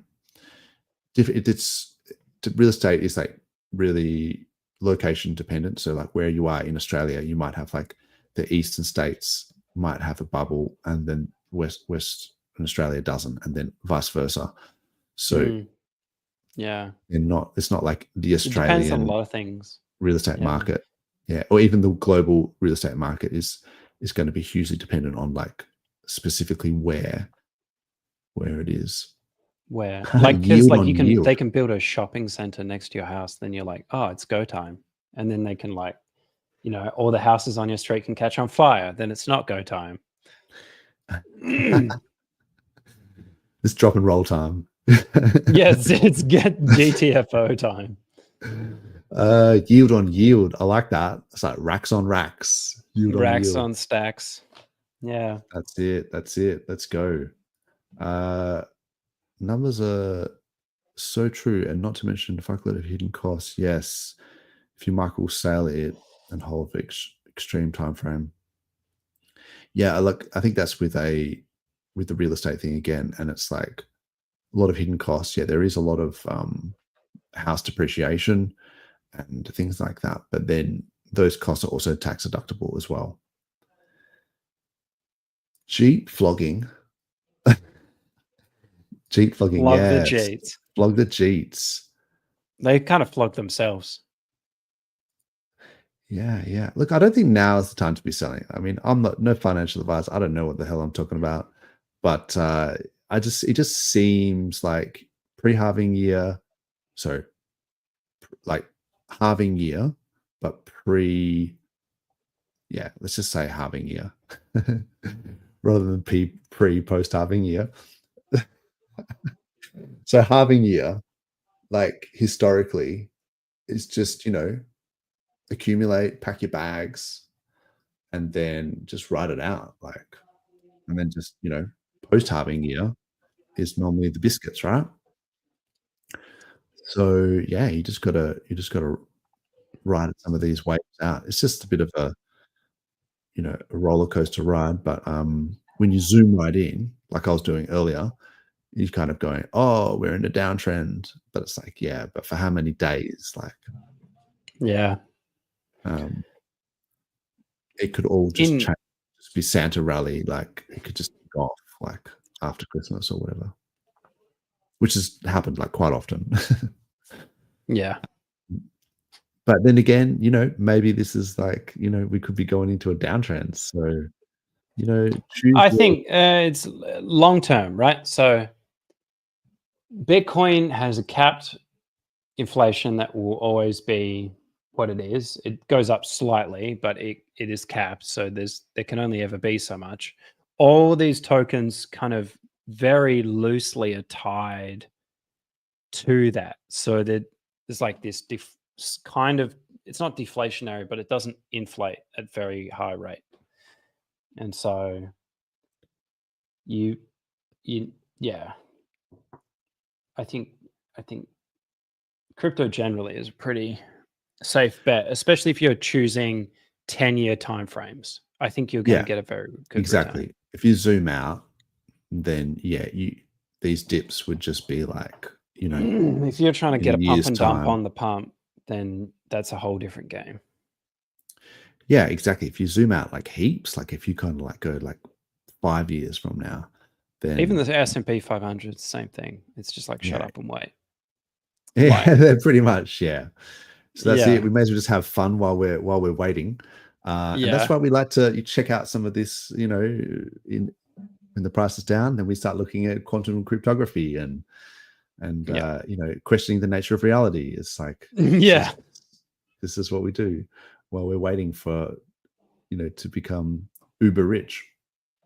What is up, DJ Cryptomatic? If you're looking for something to do, you can always tune into DJ Cryptomatic, check out his Twitch streams, because that's always good for a party. Actually, he would probably have some cool parties, gigs going on over this festive season and like New Year's and stuff. So yeah, that would be cool actually. Nothing to see here, folks, just blank checks. That's good. In Australia, my voice identifies me. Oh God, I hate that. I hate that so much. I hate it with every ounce of my being. The fact it never worked as well. Like, this was my voice. But like, I wouldn't like. You got to think about it. You just said that out loud. Can someone like clip that? I hope I talked over it. Like, clip that. And, yeah. It's just the stupidest thing. But it never worked. But then it never worked. Yeah. And then it was like, you could claim you're hacked, what? And then Can you what do they repeat do? Oh man, it's all it's a like deep this digital ID crap. I'm not even here right now. Like, this isn't even happening. Like, I didn't do this stream. Like, what? This is deepfake.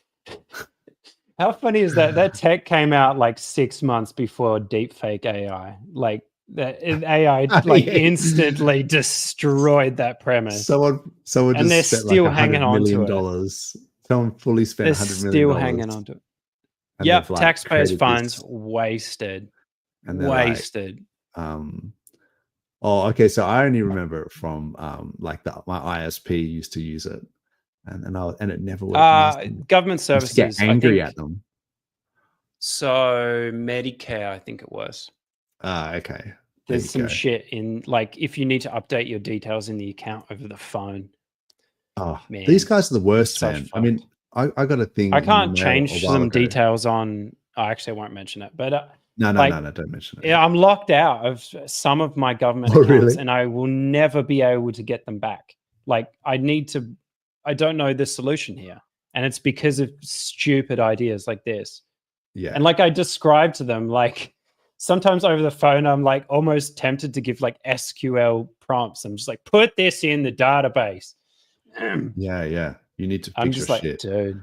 Yeah. Well, this is the reason why we don't trust them to do digital IDs and shit, is because they're dead useless. And they like for example, I got a thing in a mail a long time ago, and it was like, I think it was from Medicare, and they're like, oh, we've had a data breach, and all of your like health data or whatever, it's on the dark web. Yeah. And I was like, I'm not even with it, like Medicare, like, but that I'm going, whatever it is, it's on the dark web. I'm like, thanks for nothing. So yeah, you create these honeypots, and then it's stupid. Yeah. And then they ask you to trust us, like, Formula 1, shame on you. Formula 2, shame on me. It's like, you've already stitched us multiple times with data breaches. Like, we've seen it with like Telstra and all these other.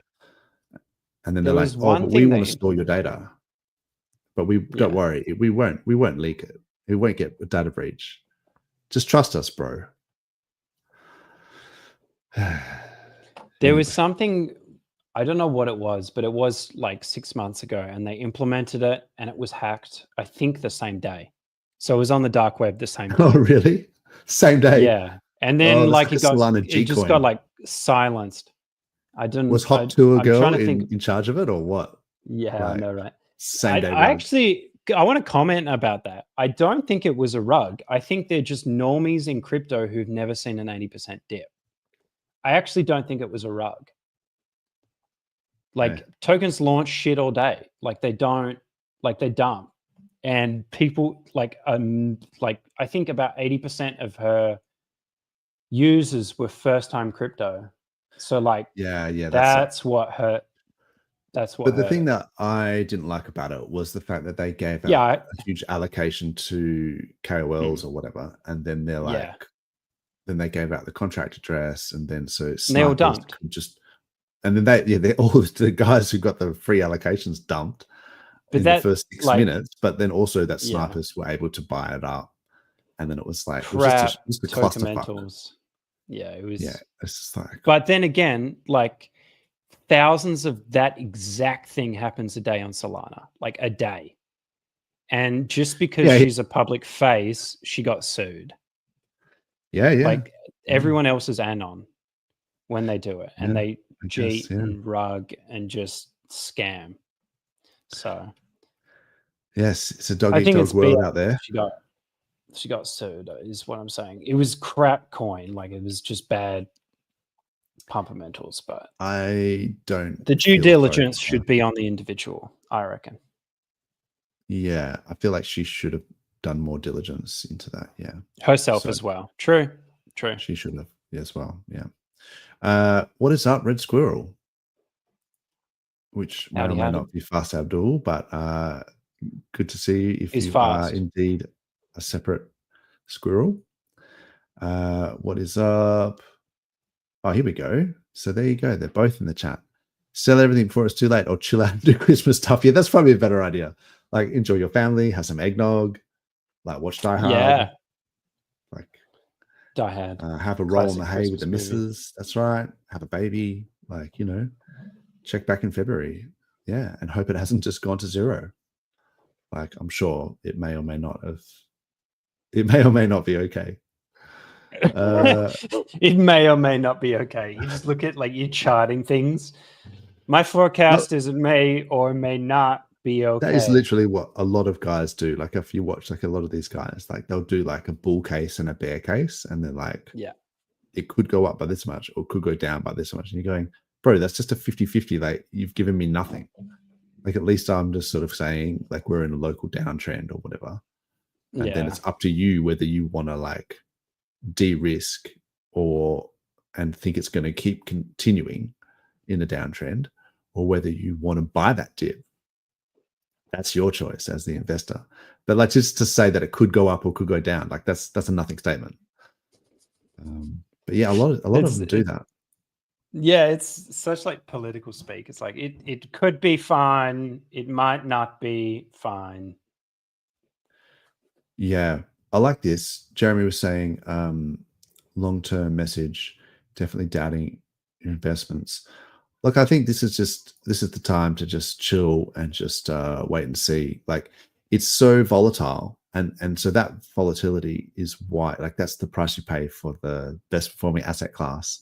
I may or may not have sold that off RH, but it's just volatility, right? So if you either have an investment thesis that it's going to go up in 2025, and then it's just like a matter of writing it out, or if you really think that something is going down versus something else, you can partially allocate like a ratio trade between those two assets.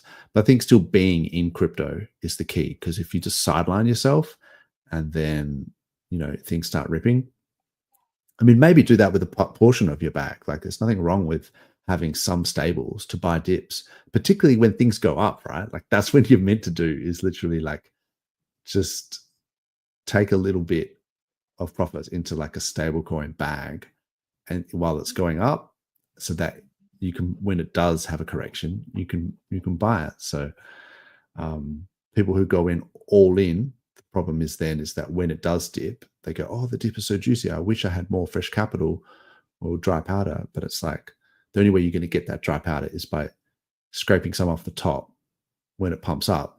And then the risk is that it could keep pumping up and that you've just taken away some of your potential gains. But they're still gains.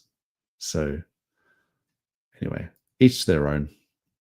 Christmas special coming this Sunday. There you go. Sweet. It's way too hot here for eggnog, but we can do something and just have a couple of beers and watch it. Yes, I like a good gin and squash or something in summer. Yeah. Gin and juice. Snoop Doggin. That's it. Yeah. You guys aren't from Scotland? No, I'm not sure what that reference is from. Although, yes, I won't talk about that too much. But yeah, what is going on? Chat is in a very festive mood, so that's good. What do you guys think about new cryptocurrency protocol like Supra? I think it's the next evolution in blockchain. Ooh, I don't know anything about Supra, bro. So you would have to tell me more about it. What I could say something about, which is sort of may or may not be useful, is that there has been a new blockchain, I guess, that's just come out. So is it Phantom has just released this Sonic blockchain? So if you go to, like, I think it is at Sonic Labs, there's a lot of information about it. So this is the EVM L1 blockchain. You can upgrade, your FTM to this S token. So the mainnet went live the other day, but I think the bridge is still down. So it's basically like when PulseChain launched. We had this, the chain launched, but then the bridge, there was like a bridge issue, maybe congestion or whatever. But you can get the RPC details off there, like the proper Twitter thing. And yeah, there you go. So mainnet deployed, FTM to S deployed, the gateway is still coming. And so I think apparently this uses a DAG consensus model, which I thought was pretty cool. Oh, Rabby Wallet has integrated Sonic. Oh, that's good. So it's this Andre Cronje. He's like an old school, like an OG Bitcoiner that I think eventually created Phantom. I don't know a lot about it, but it's certainly interesting tech.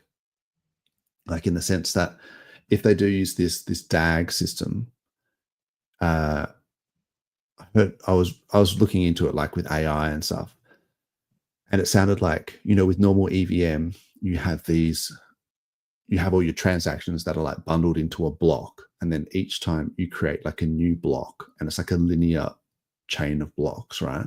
But then with this DAG thing, whatever it is, distributed acyclic graph thing, it's like a network, and then it can process like multiple transactions simultaneously. So it's not like it's like a different type of blockchain. And so it's better for high throughput. So it can handle more transactions per second. And it's probably more suited for like gaming or whatever.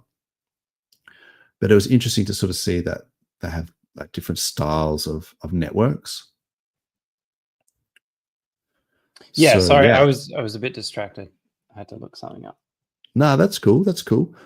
Yeah, I don't know if anyone's really interested in that, but AI is your friend, like when it comes to that. Like just if you look at the DAG blockchains versus EVM, I guess the DAG blockchains might be more have better scalability. Yeah, because there was one that tried it and failed, but I don't know if that's because Casper? it was a DAG. Oh no, yeah. So I think It was Casper an did old it, one, and that did Casper, quite well. Okay. But then now the price is like doing poorly. So there is a point where it's like the tech, it can be great, and then the narrative can be the tech, or the meme can be the tech. But at some point, at some level, you need more buyers and sellers. So it didn't perform. and there was like resistance and stuff. And I remember looking at the chart, I think with True Blue, and it broke down, and it was a bit of a shame, that one. But yeah, in terms of scalability, like the DAG blockchains seem to have higher throughput, more scalable, all this sort of stuff. But then the compromise in centralization. So they have this trusted nodes thing, where it's like they have like a series of nodes that are used, like trusted nodes to validate transactions. So yeah, that seems to be the difference there. So I don't know if this other thing that you were talking about, Jeremy, because he was saying, I haven't had enough sleep, but I'm pretty sure he's saying something about a new type of blockchain. Oh, Supra. So I don't know if that uses this DAG consensus or whatever, or if it's just, or what it is. So maybe just tell me what model it is of Toyota instead of making me guess. Like, why don't you just tell me the thing that you want to know? Sorry, that's like a Simpsons joke. Have we mastered the hamster switch? Oh, this was to DJ Crypto. So I need more context. What is going on here? I think I'm keeping up with the chat. Oh, Yeah. so yeah, so Klaus thought the same thing. Like maybe she thought he was talking about Sonic. So if that's the case, then yeah, then I just talked about it. But if not, if it's something different, then like, please tell me. What is up, Finbear? Good morning / afternoon. That's awesome. Finbear would be good to have on. He's a legend. He's a really nice guy. And then talking about babies. Oh, here we go. Tap the like, viewers. Yes, please. And subscribe. And yes, because True Blue he needs, what is it, 1,000 subscribers? Otherwise 43. Yeah. Yeah, but like True Blue's like committed to it. He's like, we've got to get 1,000 subscribers by Christmas, or this guy's going to take my thumbs. Like, he's like, his leverage his thumbs, on it or something. I need my thumbs. Like, someone's going to break my legs. Save his thumbs. Save True Blue's thumbs. Hit the or his subscribe. legs, or whatever it is that he's mortgaged, whatever body part he's put up against this like leveraged bet of us getting 1,000 subscribers before Christmas. Yeah, I thought maybe we would do it, but turns out we only know 999 people. That's the limit. Actually, there's a cap on that. That's it. That's all we've got. That's it. That's it. Lots of Rugrats. Make a DAO conversion to Sky. Yeah, I don't like that. So DAI has become Sky. Oh, that's ass. I hate that. Because they want to be able to freeze it. Why would you convert it? Why would you ever convert it to don't do it. A less liquid asset? Like, well, how it's do you? It's also freezable. Like the contract. That's what I mean. Like less liquid. Like technically, you can't spend it all the time. Sometimes people will turn it off. So that's like not crypto. That is the antithesis of crypto. Is when you have, USDC, USDT. What even is the selling point? Like DAI was that it's not USDC and not USDT. Yeah, well, originally DAI had that make a DAO point of difference that it was. Well, there was obviously lots of reasons, but like one of the points of difference for me was that USDC was owned by Circle, and like if they just really didn't like you, they could literally just freeze your shit. So it's not much point like de-risking into stables and then having all of your stables frozen. So like that's not, like I say, it's the antithesis of crypto. So I was not a huge fan of USDC, and I'm pretty sure Tether's the same. But then so it's DAI, a compliance thing. So DAI, that was the option, was to go into stables with something that was still pegged to $1, but didn't present that risk. but then now they've just, they've just sold their soul and just become this sky thing, which is feasible. I guess it's because they need, the adoption of like whatever governments or whatever, and they wouldn't invest in it or they wouldn't endorse it in any way unless they had those protocols in place. But still, it's just not crypto, bro. It's not crypto. So, and there's things that exist. I think liquidity, right? The one everyone's forking, that one doesn't turn off. Yeah, that's USDL on ETH. or LUSD. So there is stable coins that exist. Yeah. I think there's like Frax and a bunch of others. I don't know. You might need to route through one of the crappy ones, but as long as you get to the other side. Yeah, isn't there like True USD? Like, what's that? I think Gary talks about it a bit. That Trust Wallet or something? I can't remember. But anyway, hopefully RH makes his own stable coin, which may or may not be backed by PDI, but something that is, I guess, more censorship resistant than Sky. So yeah, but basically UFO, I wouldn't convert your DAI to Sky. I would just, as a general idea, just don't comply. Non-compliance. Do not comply. Did we multiply? It's not even Class did. It's not even like complying. It's just like choosing not to just have opt a worse deal. Yeah, opt out. No, don't opt in. It's not opt out. Just don't opt in for madness. Oh, there you go. Squirrel knows what's up. Super is layer zero. Okay. I don't really know a lot about layer zero, although it sounds cool. Like this whole don't bother going L1, L2, like L3, we've gone layer zero. Like it's like this base layer. Multi-chain. Yeah. Yeah, I don't really know enough about it, to be honest. No. Layer zero. And isn't there I know a little bit about layer zeros? Omni-chain. I don't know how that works. Okay. Yeah. I know about Omni Bridge, but what's Omni-chain? No, so I think Omni-chain is like the plumbing between blockchains that will make it possible for things to communicate. So it's like it's Omni Bridge uses Omni-chain, I think. Oh, okay. So when you bridge like cross-chain, are you saying it goes to some sort of like intermediary? Because Ethereum cannot contact PulseChain directly and have things cross over and work properly, right? There needs to be this plumbing in the middle to go, I've received it from PulseChain, burn it over here and send it to ETH. I thought that was just the bridge. Like it just wraps it. My understanding was that it just wraps it. Like it's like the bridge effectively just. It depends. I suppose it has to port the actual it's coded network to do. Yeah. But the actual like communication, cross-chain communication is what makes that possible. And I thought that was. I'll wait until the next price dip or bear market, and then I'll fully look into it. Yeah, when the tech's interesting again. Yeah, that's right. Yeah, that's right. When the price is down, and then we all become in it for the tech again. There's I know because in the Titan X ecosystem, there's one token called X28 that once you deploy the actual code on any other blockchain other than Ethereum, which it only is now, and it got voted PulseChain to be the next one. We'll see if he honors that.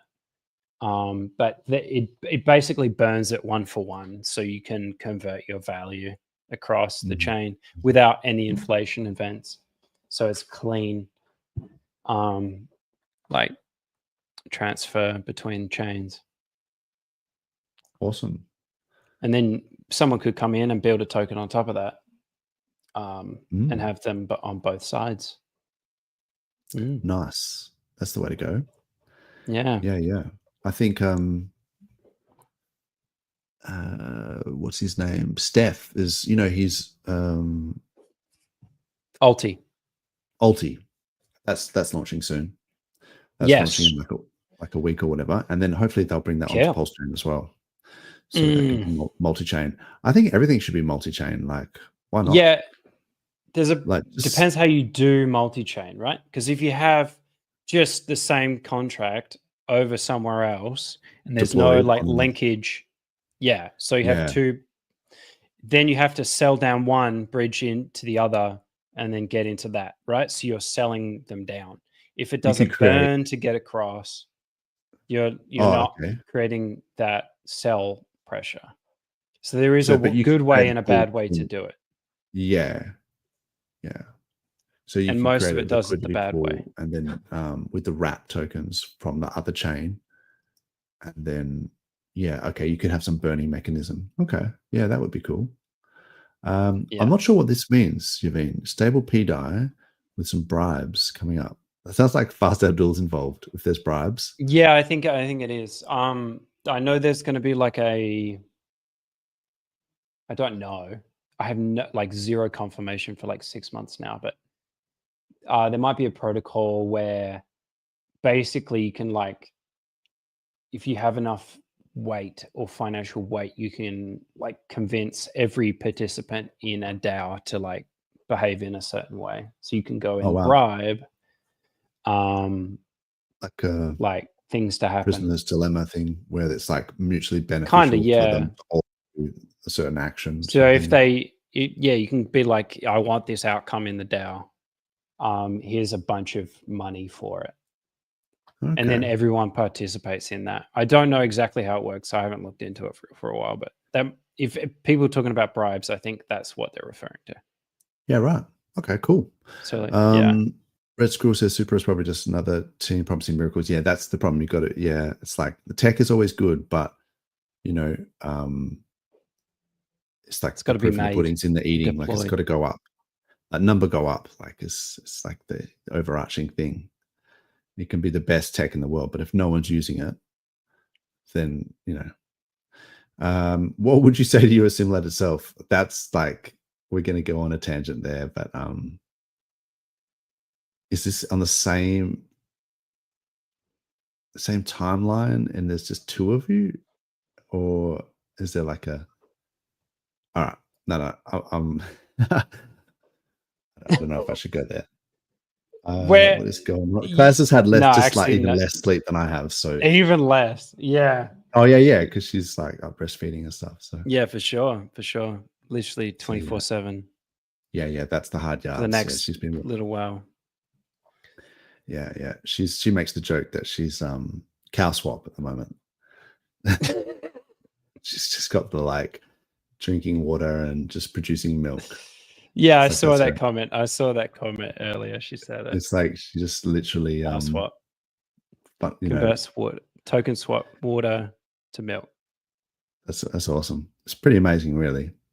Have Fast Abdul? Yes, I sent him the link before, but I think he went to bed. He just came in here to hurl abuse at us, and then maybe he's in bed on his phone, just hurling abuses, and then yeah, that's it. And then just was I'm out. That's all I got. No, that's cool. That's cool. We can look at some shit coins if you want, real quick, and then maybe we just wrap it up. Yeah, I gotta go. I gotta go soon. You got a boogie? Okay. Got a boogie. Got a bounce. That's cool.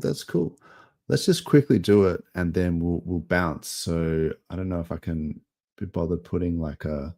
Oh yeah. Let's just do this thing. Pump, what? Price go up. Guess that's just your luck. Sold at the bottom of line. You gotta learn how to hold on to whatever money you're gonna earn and not get shaken out when they run the stops. Although it tends to pretend to the dips and the bends. The trend is your friend all the way to the end. So I buy that fucking dip. Yeah. Buy that fucking dip. There you go. Not financial advice. Not financial advice. Do not ride the ostrich. Don't just jump on the back of ostriches. That's just not ostrich advice. No. So yeah, PLS is actually holding up okay, considering. I think RH did a tweet and he was when something is flat, when everything else is crashing, that's actually a pretty good result. So because stonks are crashing, everything like that. I mean, it has gone below the 20 MA on the daily. So it looks like we're sort of in a bit of a downtrend, but there was some support there. Not huge, long time frame support, but it is kind of around there. It'd be nice to sort of stay above this 50 SMA as well. But yeah, it's still doing pretty good, and there is some support a bit lower as well down here at 4057.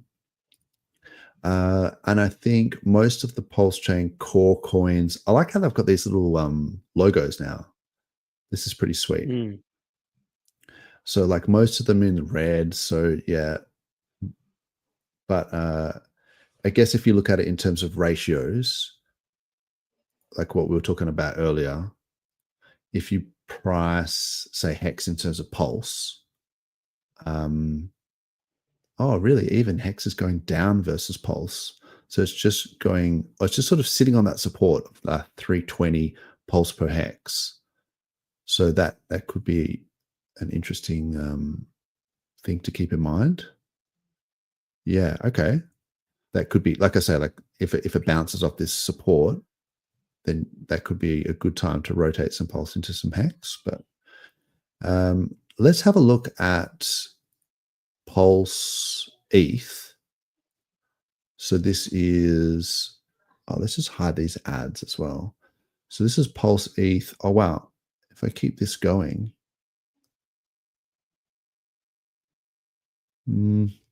Yeah, okay. Didn't really get to it. But it's a general uptrend, a very slow uptrend. So Pulse is still going up versus ETH. It'd be nice to see it get above that, whatever it is, 702394 as a ratio of like Pulse to wrapped ETH. You know, then you could say that we were bullish on Pulse versus ETH, really. But yeah, okay. So I guess the other ones, you know, you've got Ink versus PulseX. Just want to make sure that like Ink in terms of PulseX is still going down. So that, okay, cool. Yeah. So PulseX is still but that's just absolutely to be expected. It just Yep. Well, it's like a sell down. check. Yeah. Buy and burn versus inflate and sell. So I think that's still fitting with my reality. So that's always just a good sanity check. But the other thing is, you know, with Ink, you never know if people aren't just going to speculate it like the PDI thing. Like people can just speculate. They did at the start of the chart. It's almost never been seen on any incentive token ever. Like the fact that it pumped back up like that, it's insane. It had a couple of periods. Like obviously at the start, people just wanted exposure right at the to start. Like another RH. It was like $100 per at one point. I remember that. Yeah, like $80 or something. Yeah, I think. But I mean, there was hardly any Ink in existence, right, back then. Yeah. Yeah, it's like 80, 81. Oh, there you go. 70. But I mean, in terms of PLSX, it is interesting that it even did this, you know, like full on narrative. Like it did this, like it went up 370% against PLSX in this time frame. But I reckon that's just speculation. It doesn't really make sense. There was marketing, like it was a narrative on Twitter. It was it's a meme. It's like the PDI thing, right? Yeah, exactly. So it's like, that's what I was saying, is that like in theory, you know, there's sell pressure on Ink because it's to offset, you know, the permanent loss in the farms. So, but you can just do this as well. Like it could just literally just go up. And so one of the theories was, if you were trying to incentivize people to bridge in their ERC20s and pair them with PRC20s and to sort of, you know, give value to the PRC20s, you would have to pump the price of Ink to sort of maintain that narrative. So I guess the only problem with that is that then buying Ink is kind of front running that narrative. Like it'd be nice to see that work, like that starting to work before you just ape in. But you know, that would be the less risky approach. Whereas, I do think that it's a good idea, just if like whales or whatever decided to pump the price of Ink. but there is a lot of ink out there now. But yeah, True Blue doesn't like me talking smack about his bag, so The ink. I'll stop talking about it. Although this No, it's all right. incognito, if you don't mind, I think was actually doing quite well. This is just some random like reflection token. I think it like Yeah. pays you out in ink or something, but like it did quite well. Good on it. So yeah, I mean, there's a bunch of other like meme coins or whatever. I can just anything that's like going to be paired with Pulse is probably going to be doing not great at the moment. Like in terms of dollar terms. Yeah. But even Teddy Bear versus Pulse, like it's kind of an uptrend. I'm not a huge like teddy bear man, but yeah, like if it does well and people get into it, then why not? So yeah, just very quickly, if I just go through these watch lists, like everything's red, so it is what it is. Like Tron meme coins down, Titan X, Ecosystem's down. Although shout out to Rags, because I was looking at this Morpheus is doing very Morpheus well. chart. This actually looked all right. The ratio to It's Dragon actually X is like- pretty insane sometimes. Like it's probably gonna outperform it maybe eventually. Yeah, I mean, it looks like it's making higher lows and higher highs, and it's bouncing off this 10 SMA. So Not financial advice. But yeah. this Morpheus thing is actually looking a little bit decent. Nice. Speaking of Rags, really quickly, every year, or at least for the years that I can remember, he does this like fast thing where he fasts for 72 hours. That's a long time. 72 hours, like 48-hour fast. Yeah, he must have water. He'd die, I think. I don't know. Like, I think apparently must have- coffee is not bad while you're fasting either. I could Really? do that. I could probably do that. Yeah. I don't Are you know if that's what he serious? does, but oh, yeah. man, No milk in the I coffee, goes- just black coffee. I don't think I could do I 72 do, hours. I do 72 hours sounds like a lot, but like I almost do whole days accidentally. Like if I'm in the zone, I'll be like, oh, it's 6 o'clock at night and I have not eaten anything. I used to do maybe I'm that. built differently. Built different. I used to do that when I was a bachelor. Yeah. Because you could never be bothered like to like cook a feed, but because I'm cooking Yeah, for it's like kids and stuff. laziness combined with like only so many hours in a day Yeah, but and like full Nah. focus mode. I'm trying to like because if I go to the gym, I want to try and make sure I eat like a fair bit of protein. So I'm like, Oh yeah, gotta eat the meat.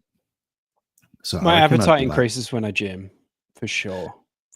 Yeah, and plus also you just want to like lock in some gains as well because you're just thinking Yeah. Like you gotta need feed pro. that muscle repair. Yeah, and creatine and whatever. But geez, yeah, full shout out. I can't believe it. Yeah, Brandon. Apparently, Rags after Pictures. like 48 hours, you just start to feel great. Like you feel amazing. 'cause really? Your body goes into like some sort of delirium. it's probably half delirium and half like your body switches its energy source and you start like actually deleting all the crap in your body. Yeah, right. Yeah. Oh, man, I should There's a try. lot I of- don't know how far I'd get, but I'll probably Maybe don't need it. start with 72 hours. No. Start with like give it- 7 hours. Yeah. No. To be fair, I do actually. I don't. I quite often. Well, don't yeah, break- you don't eat while I'll you do, sleep, like- so that's already like Yeah. 8. Oh no, but I'll do like 16 hours, like quite often, if I don't Yeah. eat breakfast and then have like a late lunch. Yeah. So that's like obviously no big deal. And then, but like, yeah, once you go to like 48, yeah, maybe I could. Anyway, it's not so much that I'm impressed with his ability to fast. It's more that he's actually raising money for families in significant need this Christmas. So he's actually Aw. doing it for charity. He's That's he's cool. going to have some donation wallets. And yeah, I think last year we donated, and it's like that money actually goes to like some actual families in need. So yeah, it's a full charity Hell thing, yeah. and I think he's going to do a stream. So So good on him for doing something nice for other people. Yeah. Good guy.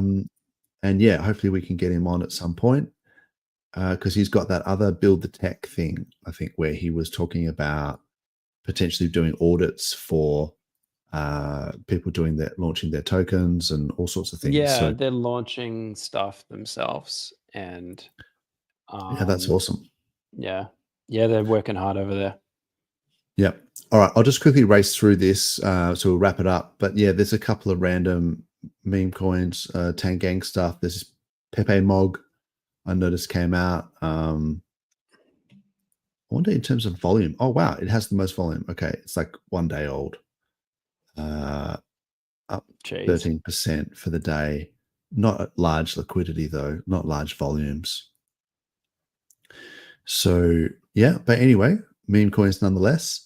I think Solana is just getting wrecked. Like a lot of these, I think there's been a bit of, like I sort of said at the start, like the Sol BTC ratio, the Sui Sol ratio. There's been a bit of a reckoning when it comes to Solana. An exodus. Because like these guys, like we talked about, you only have like 4-hour rugs and stuff. And then now they're being expected to like hold for a year. I don't know if they're not built for it. You know what I mean? They're not like HEXicans doing 15-year stakes. So yeah. Anyway, we'll see. I don't know. Maybe it will do well. Maybe it won't.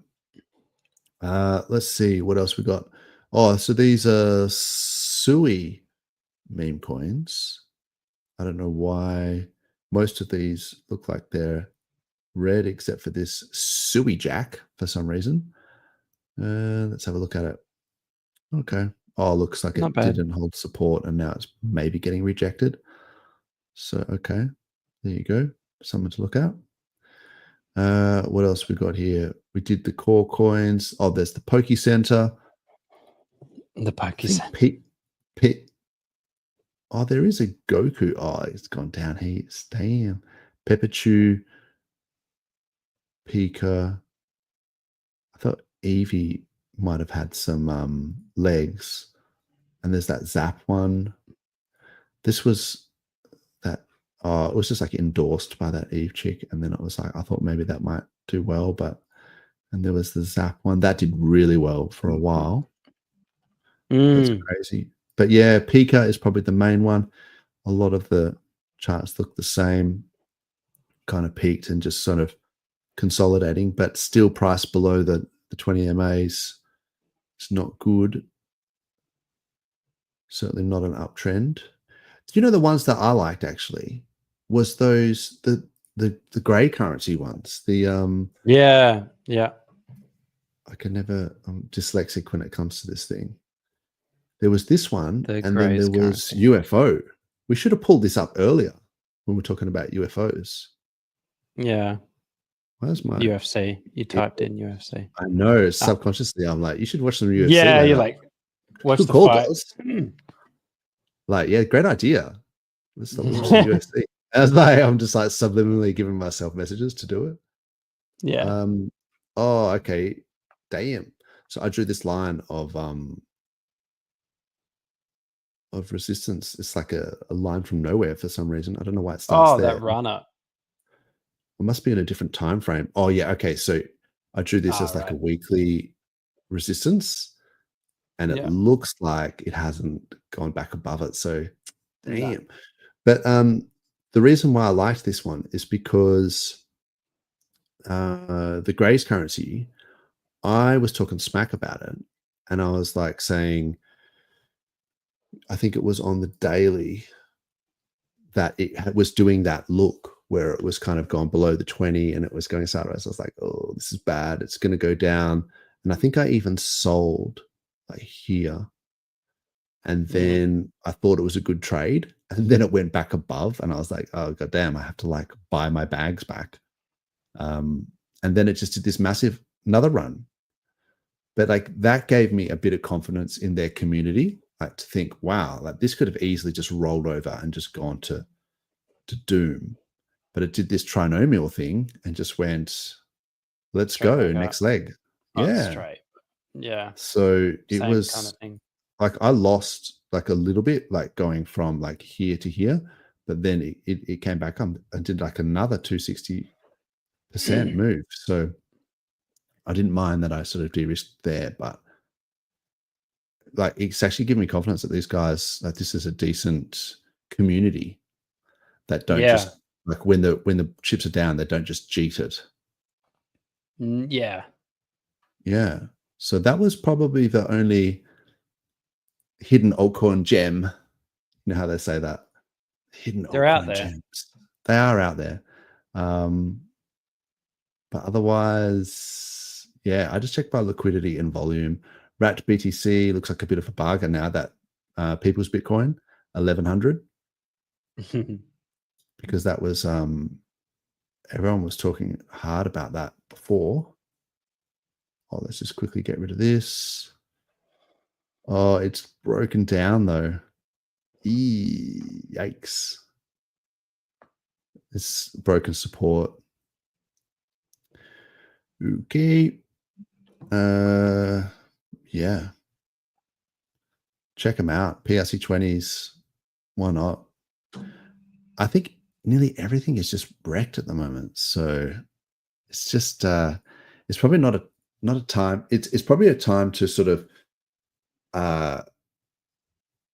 lower your cost basis in your conviction bags. You know what I mean? Like the things that you actually want to keep, like long term, this is opportunity to either rotate into them or to buy them with fresh capital, because it will lower your cost basis. But probably doesn't look like there's a whole bunch of like mad gains like in the meme coins and things like that. But although that Grace currency thing, like I think actually did pretty well. I think, was there anything else you wanted to say, or was there any comments I missed? I think that's pretty comprehensive. Wallet linked to ink, maybe. Museum events linked. Yeah, I suppose you can give ink like function, right? Like NFTs. Aha. Now, I want to say that that's pounds 19, like LB 19, but maybe it's just LB. Maybe. Nice to see you, bro. Good to see you. Yeah, good to see you live. I don't know. That doesn't make sense, actually. Yeah, no, right. pounds 19. There's a movie, I think it's called 8 Pounds or something. It's with Will Smith. It's actually, anyway, not related. We could go down a rabbit hole on that. It's something to do with like the weight of the heart or something. But yeah. Anyway. Yeah, I know what you're talking about. I actually know the movie you're talking about, I think. It's a really wacky one. Like a really wacky. Yeah, it's quite depressing from memory. Okay. Doesn't he like, oh, no, I don't want to spoil it in case like True Blue wants to put on his list of movies to watch. Yeah, it goes on True Blue's list. Maybe that's why I didn't come on, to avoid extending the list. I know. I think I'm starting to irritate him with that. like I'm slowly, like it was funny the first 5 times, and it's like, bro, stop giving me movies to watch. Like I'm not watching them. I still stand by Demolition Man. I still thought that was good, worth a watch. Yeah. But some of my other ones were like, you know, I was like, oh, you've got to see this, and then later on, I'm thinking, yeah, maybe you could probably skip that one. Yeah. Oh, there you go. Staked ETH doing nicely. Oh, LB is pounds weight. Yeah, that's what I thought. Yeah. Yeah. I just wasn't sure if that's where his what his, you know, his name was. I don't know what LB means. From. It's probably like Latin LB. Pounds. Anyway, this is not super important information. Yeah, we're like, ooh, we've spent a little bit of time thinking about it. Icosa clawing its way back. I like Icosa. I think Icosa is that there is a leverage play on Hex there, because it has a ceiling in Hex terms of how, you know, you can create a HSI and then you can sell it to the contract and get Icosa. Like, I don't want to go into it, but the problem is it has a ceiling but no floor.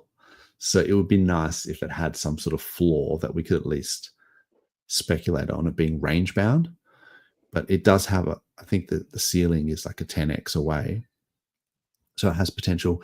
And also with Alex coming out with the version 2 contracts like that, there's obviously like game theory there as well. So Die Hard is a movie. Yes. Christmas movie. Yeah. I'm not sure if that's like based on something else, but yeah, I love Die Hard. It's awesome. All right, folks, I think we should wrap it up. Any last comments or observations, Space Radian?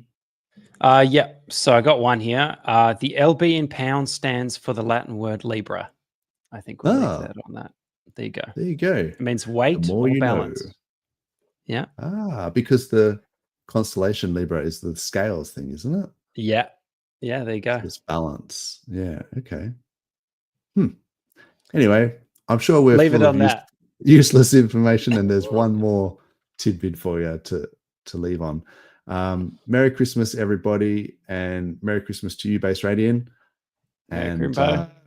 Merry Crimbo. I should have said yes. Happy Crimbo to you and your family, and appreciate everyone in the chat, Replay Gang, all of the other fellow co-hosts for DeFi Down Under. And yeah, I mean, I think there's still at least 1 or 2 more episodes for the year. We'll see how we go. But it may have had a few too many eggnogs, but we'll see how we go. But yeah, Merry Christmas, everyone. Thanks for watching, and we'll catch you next time. All right. Cheers.